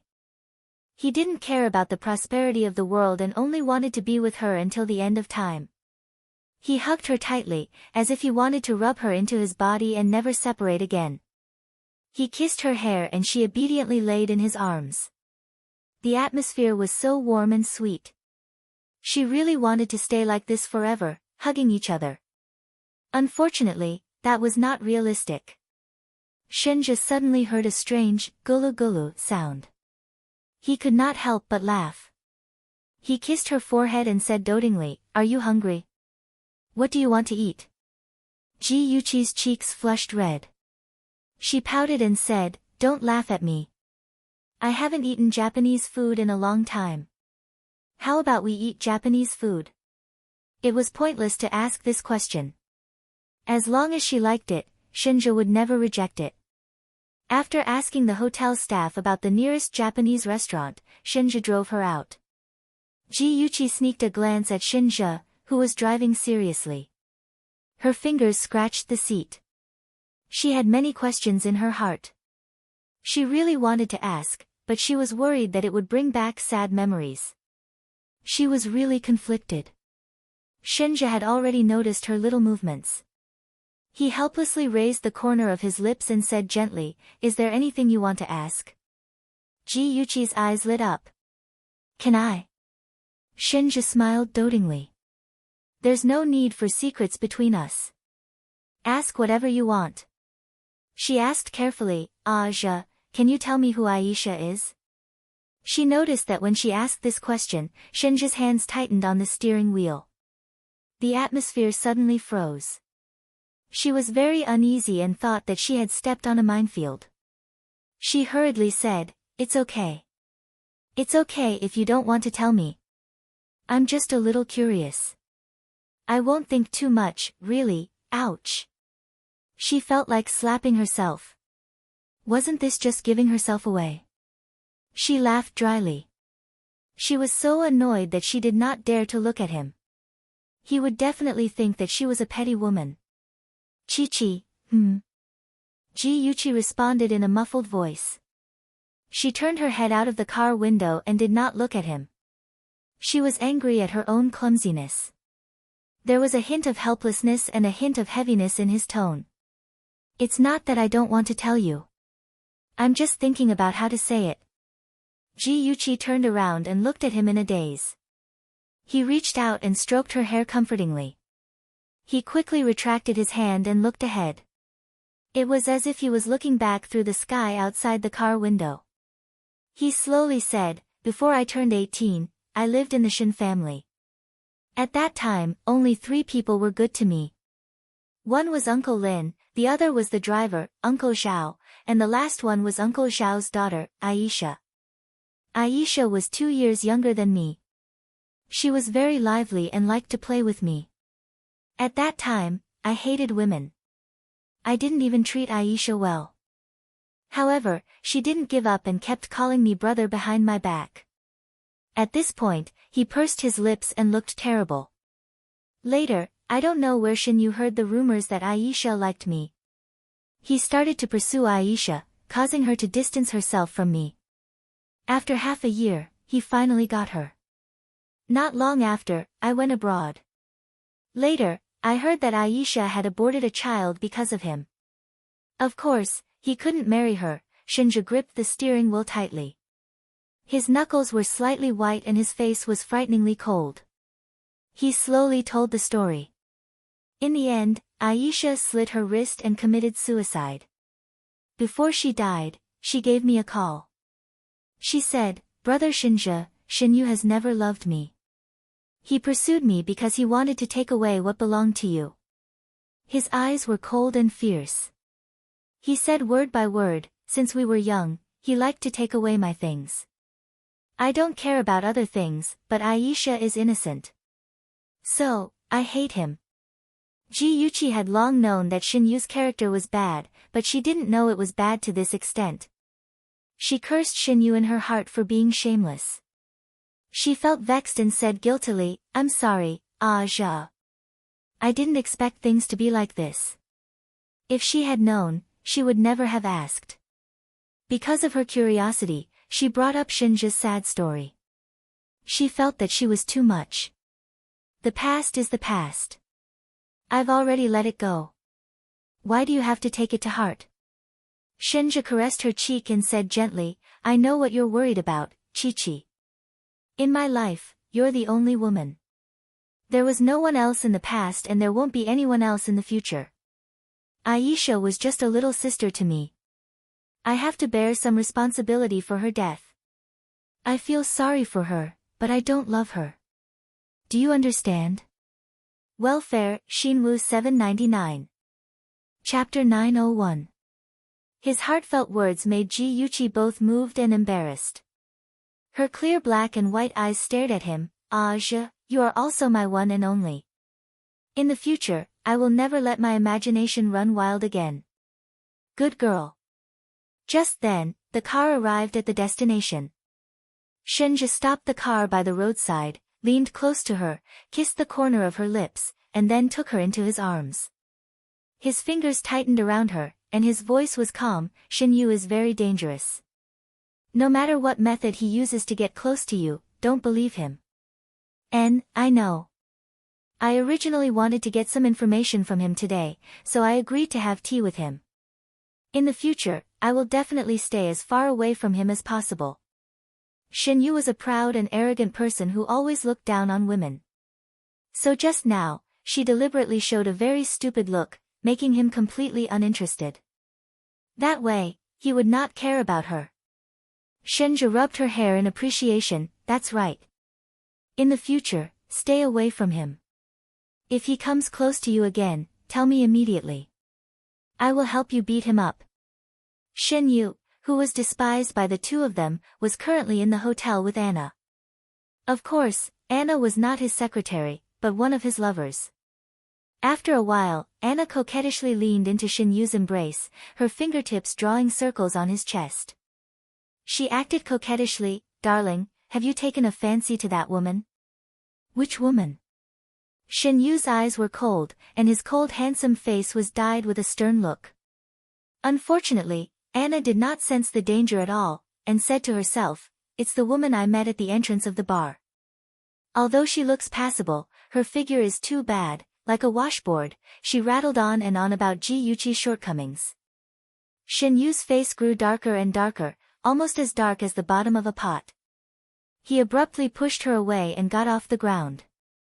He tied the towel around his waist and coldly said, "Go back to your country immediately and never appear in front of me again." Anna was startled. She did not care that she was not wearing anything and immediately jumped down to hug him tightly. She repeatedly said, "I'm sorry, I didn't do it on purpose. I will never ask about those women again. Please, don't drive me away." Scram! Shinyu violently pushed her away. She screamed and fell to the ground. Her jade body was sprawled across the ground, giving her a different kind of charm. But Shinyu only coldly swept a glance at her and curled his lips in ridicule. To him, women were only used to vent his lust. He would allow smart women to stay by his side for a while longer. As for stupid women, of course he would throw them away as soon as possible. He pulled out his arm mercilessly, and his eyes were like a venomous snake's. "Don't make me say it again. Get back to your country right now." Anna was shocked by his fierce eyes. She was just a small actress who wanted to use Shinyu to climb up the ranks. She didn't expect to be dumped by him after only being with him for half a month. How could she be reconciled?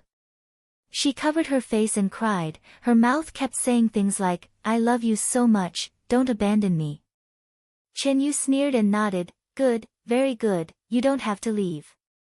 Anna was secretly delighted and cried even harder.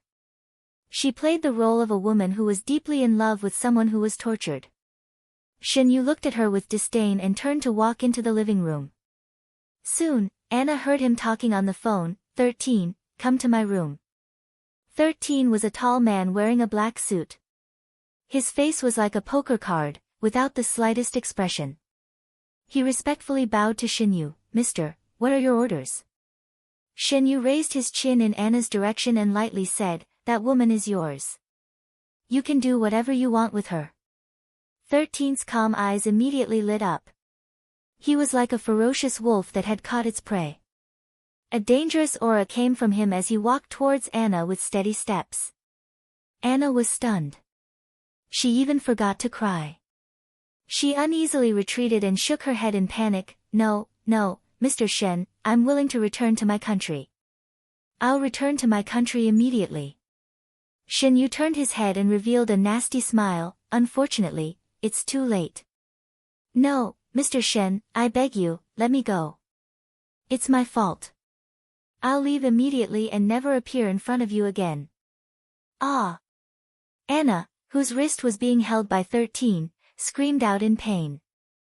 Shen Yu frowned in disgust. 13, gag her mouth and take her away immediately. Yes. 13 responded and fiercely hit Anna on the back of her neck. She softly collapsed in his arms. He picked her up horizontally and quickly disappeared through the door. 13 had a tyrannical tendency and was very good at playing with women. He once played with the daughter of a triad leader to death. He was chased everywhere. It was Shen Yu who saved him. In order to repay Shen Yu, he became his personal bodyguard. Although 13 had restrained himself in recent years, his methods were still very cruel. Even if Anna wasn't killed by him, a layer of skin would be peeled off. This was the consequence of disobeying Shen Yu. He expressionlessly glanced at the messy bedroom and walked into the bathroom bare-chested. In the afternoon, it was already night in China. The big screen hanging on the wall was connected and projected Shen Jianhao's figure. His face was very similar to Shen Yu's. He frowned slightly and said in a deep voice, "Ah, you're too mischievous. How can you take a vacation just like that? A lot of people in the company are watching you." Shen Yu's upper body was naked and a towel was wrapped around his waist. He leaned against the back of the chair and wiped his hair with a towel in his hand. He lazily said, "Dad, I'm not joking. Do you know why I chose Hawaii? It's because my good brother is here." He deliberately dragged out the words, "good brother." Sure enough, he saw Shen Jianhao's face change color. Humph, didn't that bastard say he was discussing business abroad? Why did he run to Hawaii? Shen Yu sneered, "What business?" The business was settled 2 days ago. He's using the business as an excuse to go on a date with a woman. Shen Jianhao frowned. "Is it that little girl from the Ji family?" "Yes, her name is Ji Yuqi, the most precious daughter of the CEO of the Ji Group. I can see that Shenja likes her very much." A sharp light flashed in Shen Yu's eyes and his lips curled into an evil smile. "Dad, what do you think if I steal his precious woman?" Shen Jianhao was very satisfied with his second son. The only thing he didn't like was that his private life was too messy. Fortunately, it wasn't a big problem and he never interfered. However, when his second son interfered in Shenja's relationship, he still had some concerns. He disagreed. "Since you know that he treasures that woman very much, why do you deliberately provoke him? He's not that weak youth who has nothing." Shen Jianhao thought about how after Shenja returned to China, he quickly implemented several new policies and replaced a large number of middle and high-level management in the Shen group. He and Yu were exhausted and had a headache. Shen Yu touched his cheek where Shenja had punched him and sneered, "It's because of this that I want to step on his sore spot." He still clearly remembered how sad Shenja was when he found out about Isha's death. Even if Shenja armed himself with indifference, the memory of his heavy punch on the tombstone and the bleeding back of his hand was still fresh in Shen Yu's mind. Shen Jianhao shook his head and reminded, "Be careful not to step on his sore spot. Instead, he'll cripple your feet." "Dad, in your eyes, am I so useless that I can't compare to that madman?" Even in front of his father, Shen Yu didn't shy away from calling Shenja a madman. In the eyes of everyone in the Shen family, Shenja was a madman. Shenja was in poor health when he was young and often fell ill. Once he fell ill, he was like a different person. No, to be precise, he was like a dangerous beast. He kicked and bit anyone who came close to him. Shenja's appearance was similar to Shen Jianhao's deceased ex-wife. His face always reminded Shen Jianhao of the ugly things he had done in the past. In addition, Tao Shirin always spoke ill of Shenja in his ear. Gradually, he began to hate Shenja. It was too late to avoid him, so why would he investigate why Shenja went crazy when he fell ill? It only made him hate Shenja more. Shen Jianhao recalled Shenja's crazy appearance when he was young. His brows were tightly knitted together as he unhappily said, "Don't mention that unfilial son again. Whenever he's mentioned, my heart feels uncomfortable." Instead of dealing with a woman, I advise you to focus on the company's affairs. I know, Dad. I know what I'm doing. Well, I won't talk to you anymore. It's already very late in the country. You should rest early. After cutting off the conversation, Shinyu threw his whole body into the soft sofa and threw the towel on the coffee table. His slender fingers tapped on the sofa's armrest. He picked up the phone and dialed a number. He said in fluent English, "Find a few people to help me do something." The night on the island was very charming. The bright lights shrouded the sapphire-like sea. The bars on the coast were colorful and lively. Although Shinyu's purpose was unknown, it did not affect Ji Yuchi's mood of vacation. She and Shinja interlocked their fingers and happily strolled on the beach. They danced with the enthusiastic locals and their laughter flew in the night. Just as they were returning to the hotel and passing by a bar, 6 or 7 foreign men dressed like hooligans rushed out of the hotel and blocked their way. Among the group, 2 people pointed at each other's noses and cursed. Some of the other people were watching a good show and some tried to persuade them to stop. However, the 2 people who were cursing at each other seemed to be angry. Not only did they not stop cursing, but it escalated to a fight of fists and feet. The scene was instantly chaotic. The people on both sides were in a melee. They took out their weapons one after another. Daggers, electric batons, and even beer bottles were taken out. They were fighting fiercely. Shinjo was worried about being affected. He hugged Ji Yuchi's waist tightly and planned to pass by. At this moment, someone in the group of people who were fighting suddenly shouted in English, "Stop fighting. Isn't it just for a woman? Everyone look, there's a beautiful Asian girl over there." Beauty Novel, Seongshu 566. Chapter 902. As soon as these words came out, the people fighting stopped and turned their eyes to Ji Yuchi. Although Shinja blocked her and they couldn't see her face, her graceful figure was enough to make men daydream. Someone immediately echoed, "Don't let that chick run away. You, Asian man, put that chick down and I'll spare your life." A burly man holding a dagger raised his chin and stared at Shinja in disdain. Shinja didn't want to meddle in other people's business, but he didn't expect trouble to come knocking on his door. He coldly glanced at those people and spat out a word, "Get lost. F***ck, I'm going to get that chick today." The man roughly spat and waved his dagger as he pounced forward. Shinja protected Ji Yuchi and took a step back. He stretched out his long leg and kicked the man away. Another 2 men pounced forward. They didn't see how Shinja made his move and the 2 men flew out one after another. A bearded man quietly came from behind, intending to grab Ji Yuchi to threaten Shinja. Unexpectedly, Shinja's eyes were like torches and had already seen through his trick. He said with a calm face, "Chi-Chi, lower your head." Ji Yuchi quickly lowered her head. Shinja's fist brushed past her head and hit the bearded man's chin. Ji Yuchi clearly heard the sound of bones breaking. The bearded man held his chin and screamed in pain. The others weren't any better. They were all injured and lying on the floor, groaning and groaning. A man among the wounded quietly took out a silencer and aimed it at Shinja's head. Ji Yuchi followed Shinja and walked for a distance. She inadvertently looked back and saw the black muzzle of a gun. The blood in her body suddenly turned cold. "Be careful." Her voice became sharp because of the urgency. At the same time, she shook off Shinja's arm and blocked his back as fast as she could. Bang! A gunshot sounded. Shinja's heart almost stopped. He quickly turned around and held Ji Yuchi in his arms, exposing his entire back to the killer's shooting range. He didn't care about his own safety. His body slightly trembled from fear and his eyes were filled with panic. He anxiously called out, "Chi-Chi. I'm fine, don't worry." Ji Yuchi's heart was filled with fear. At that moment, she really thought she was dead.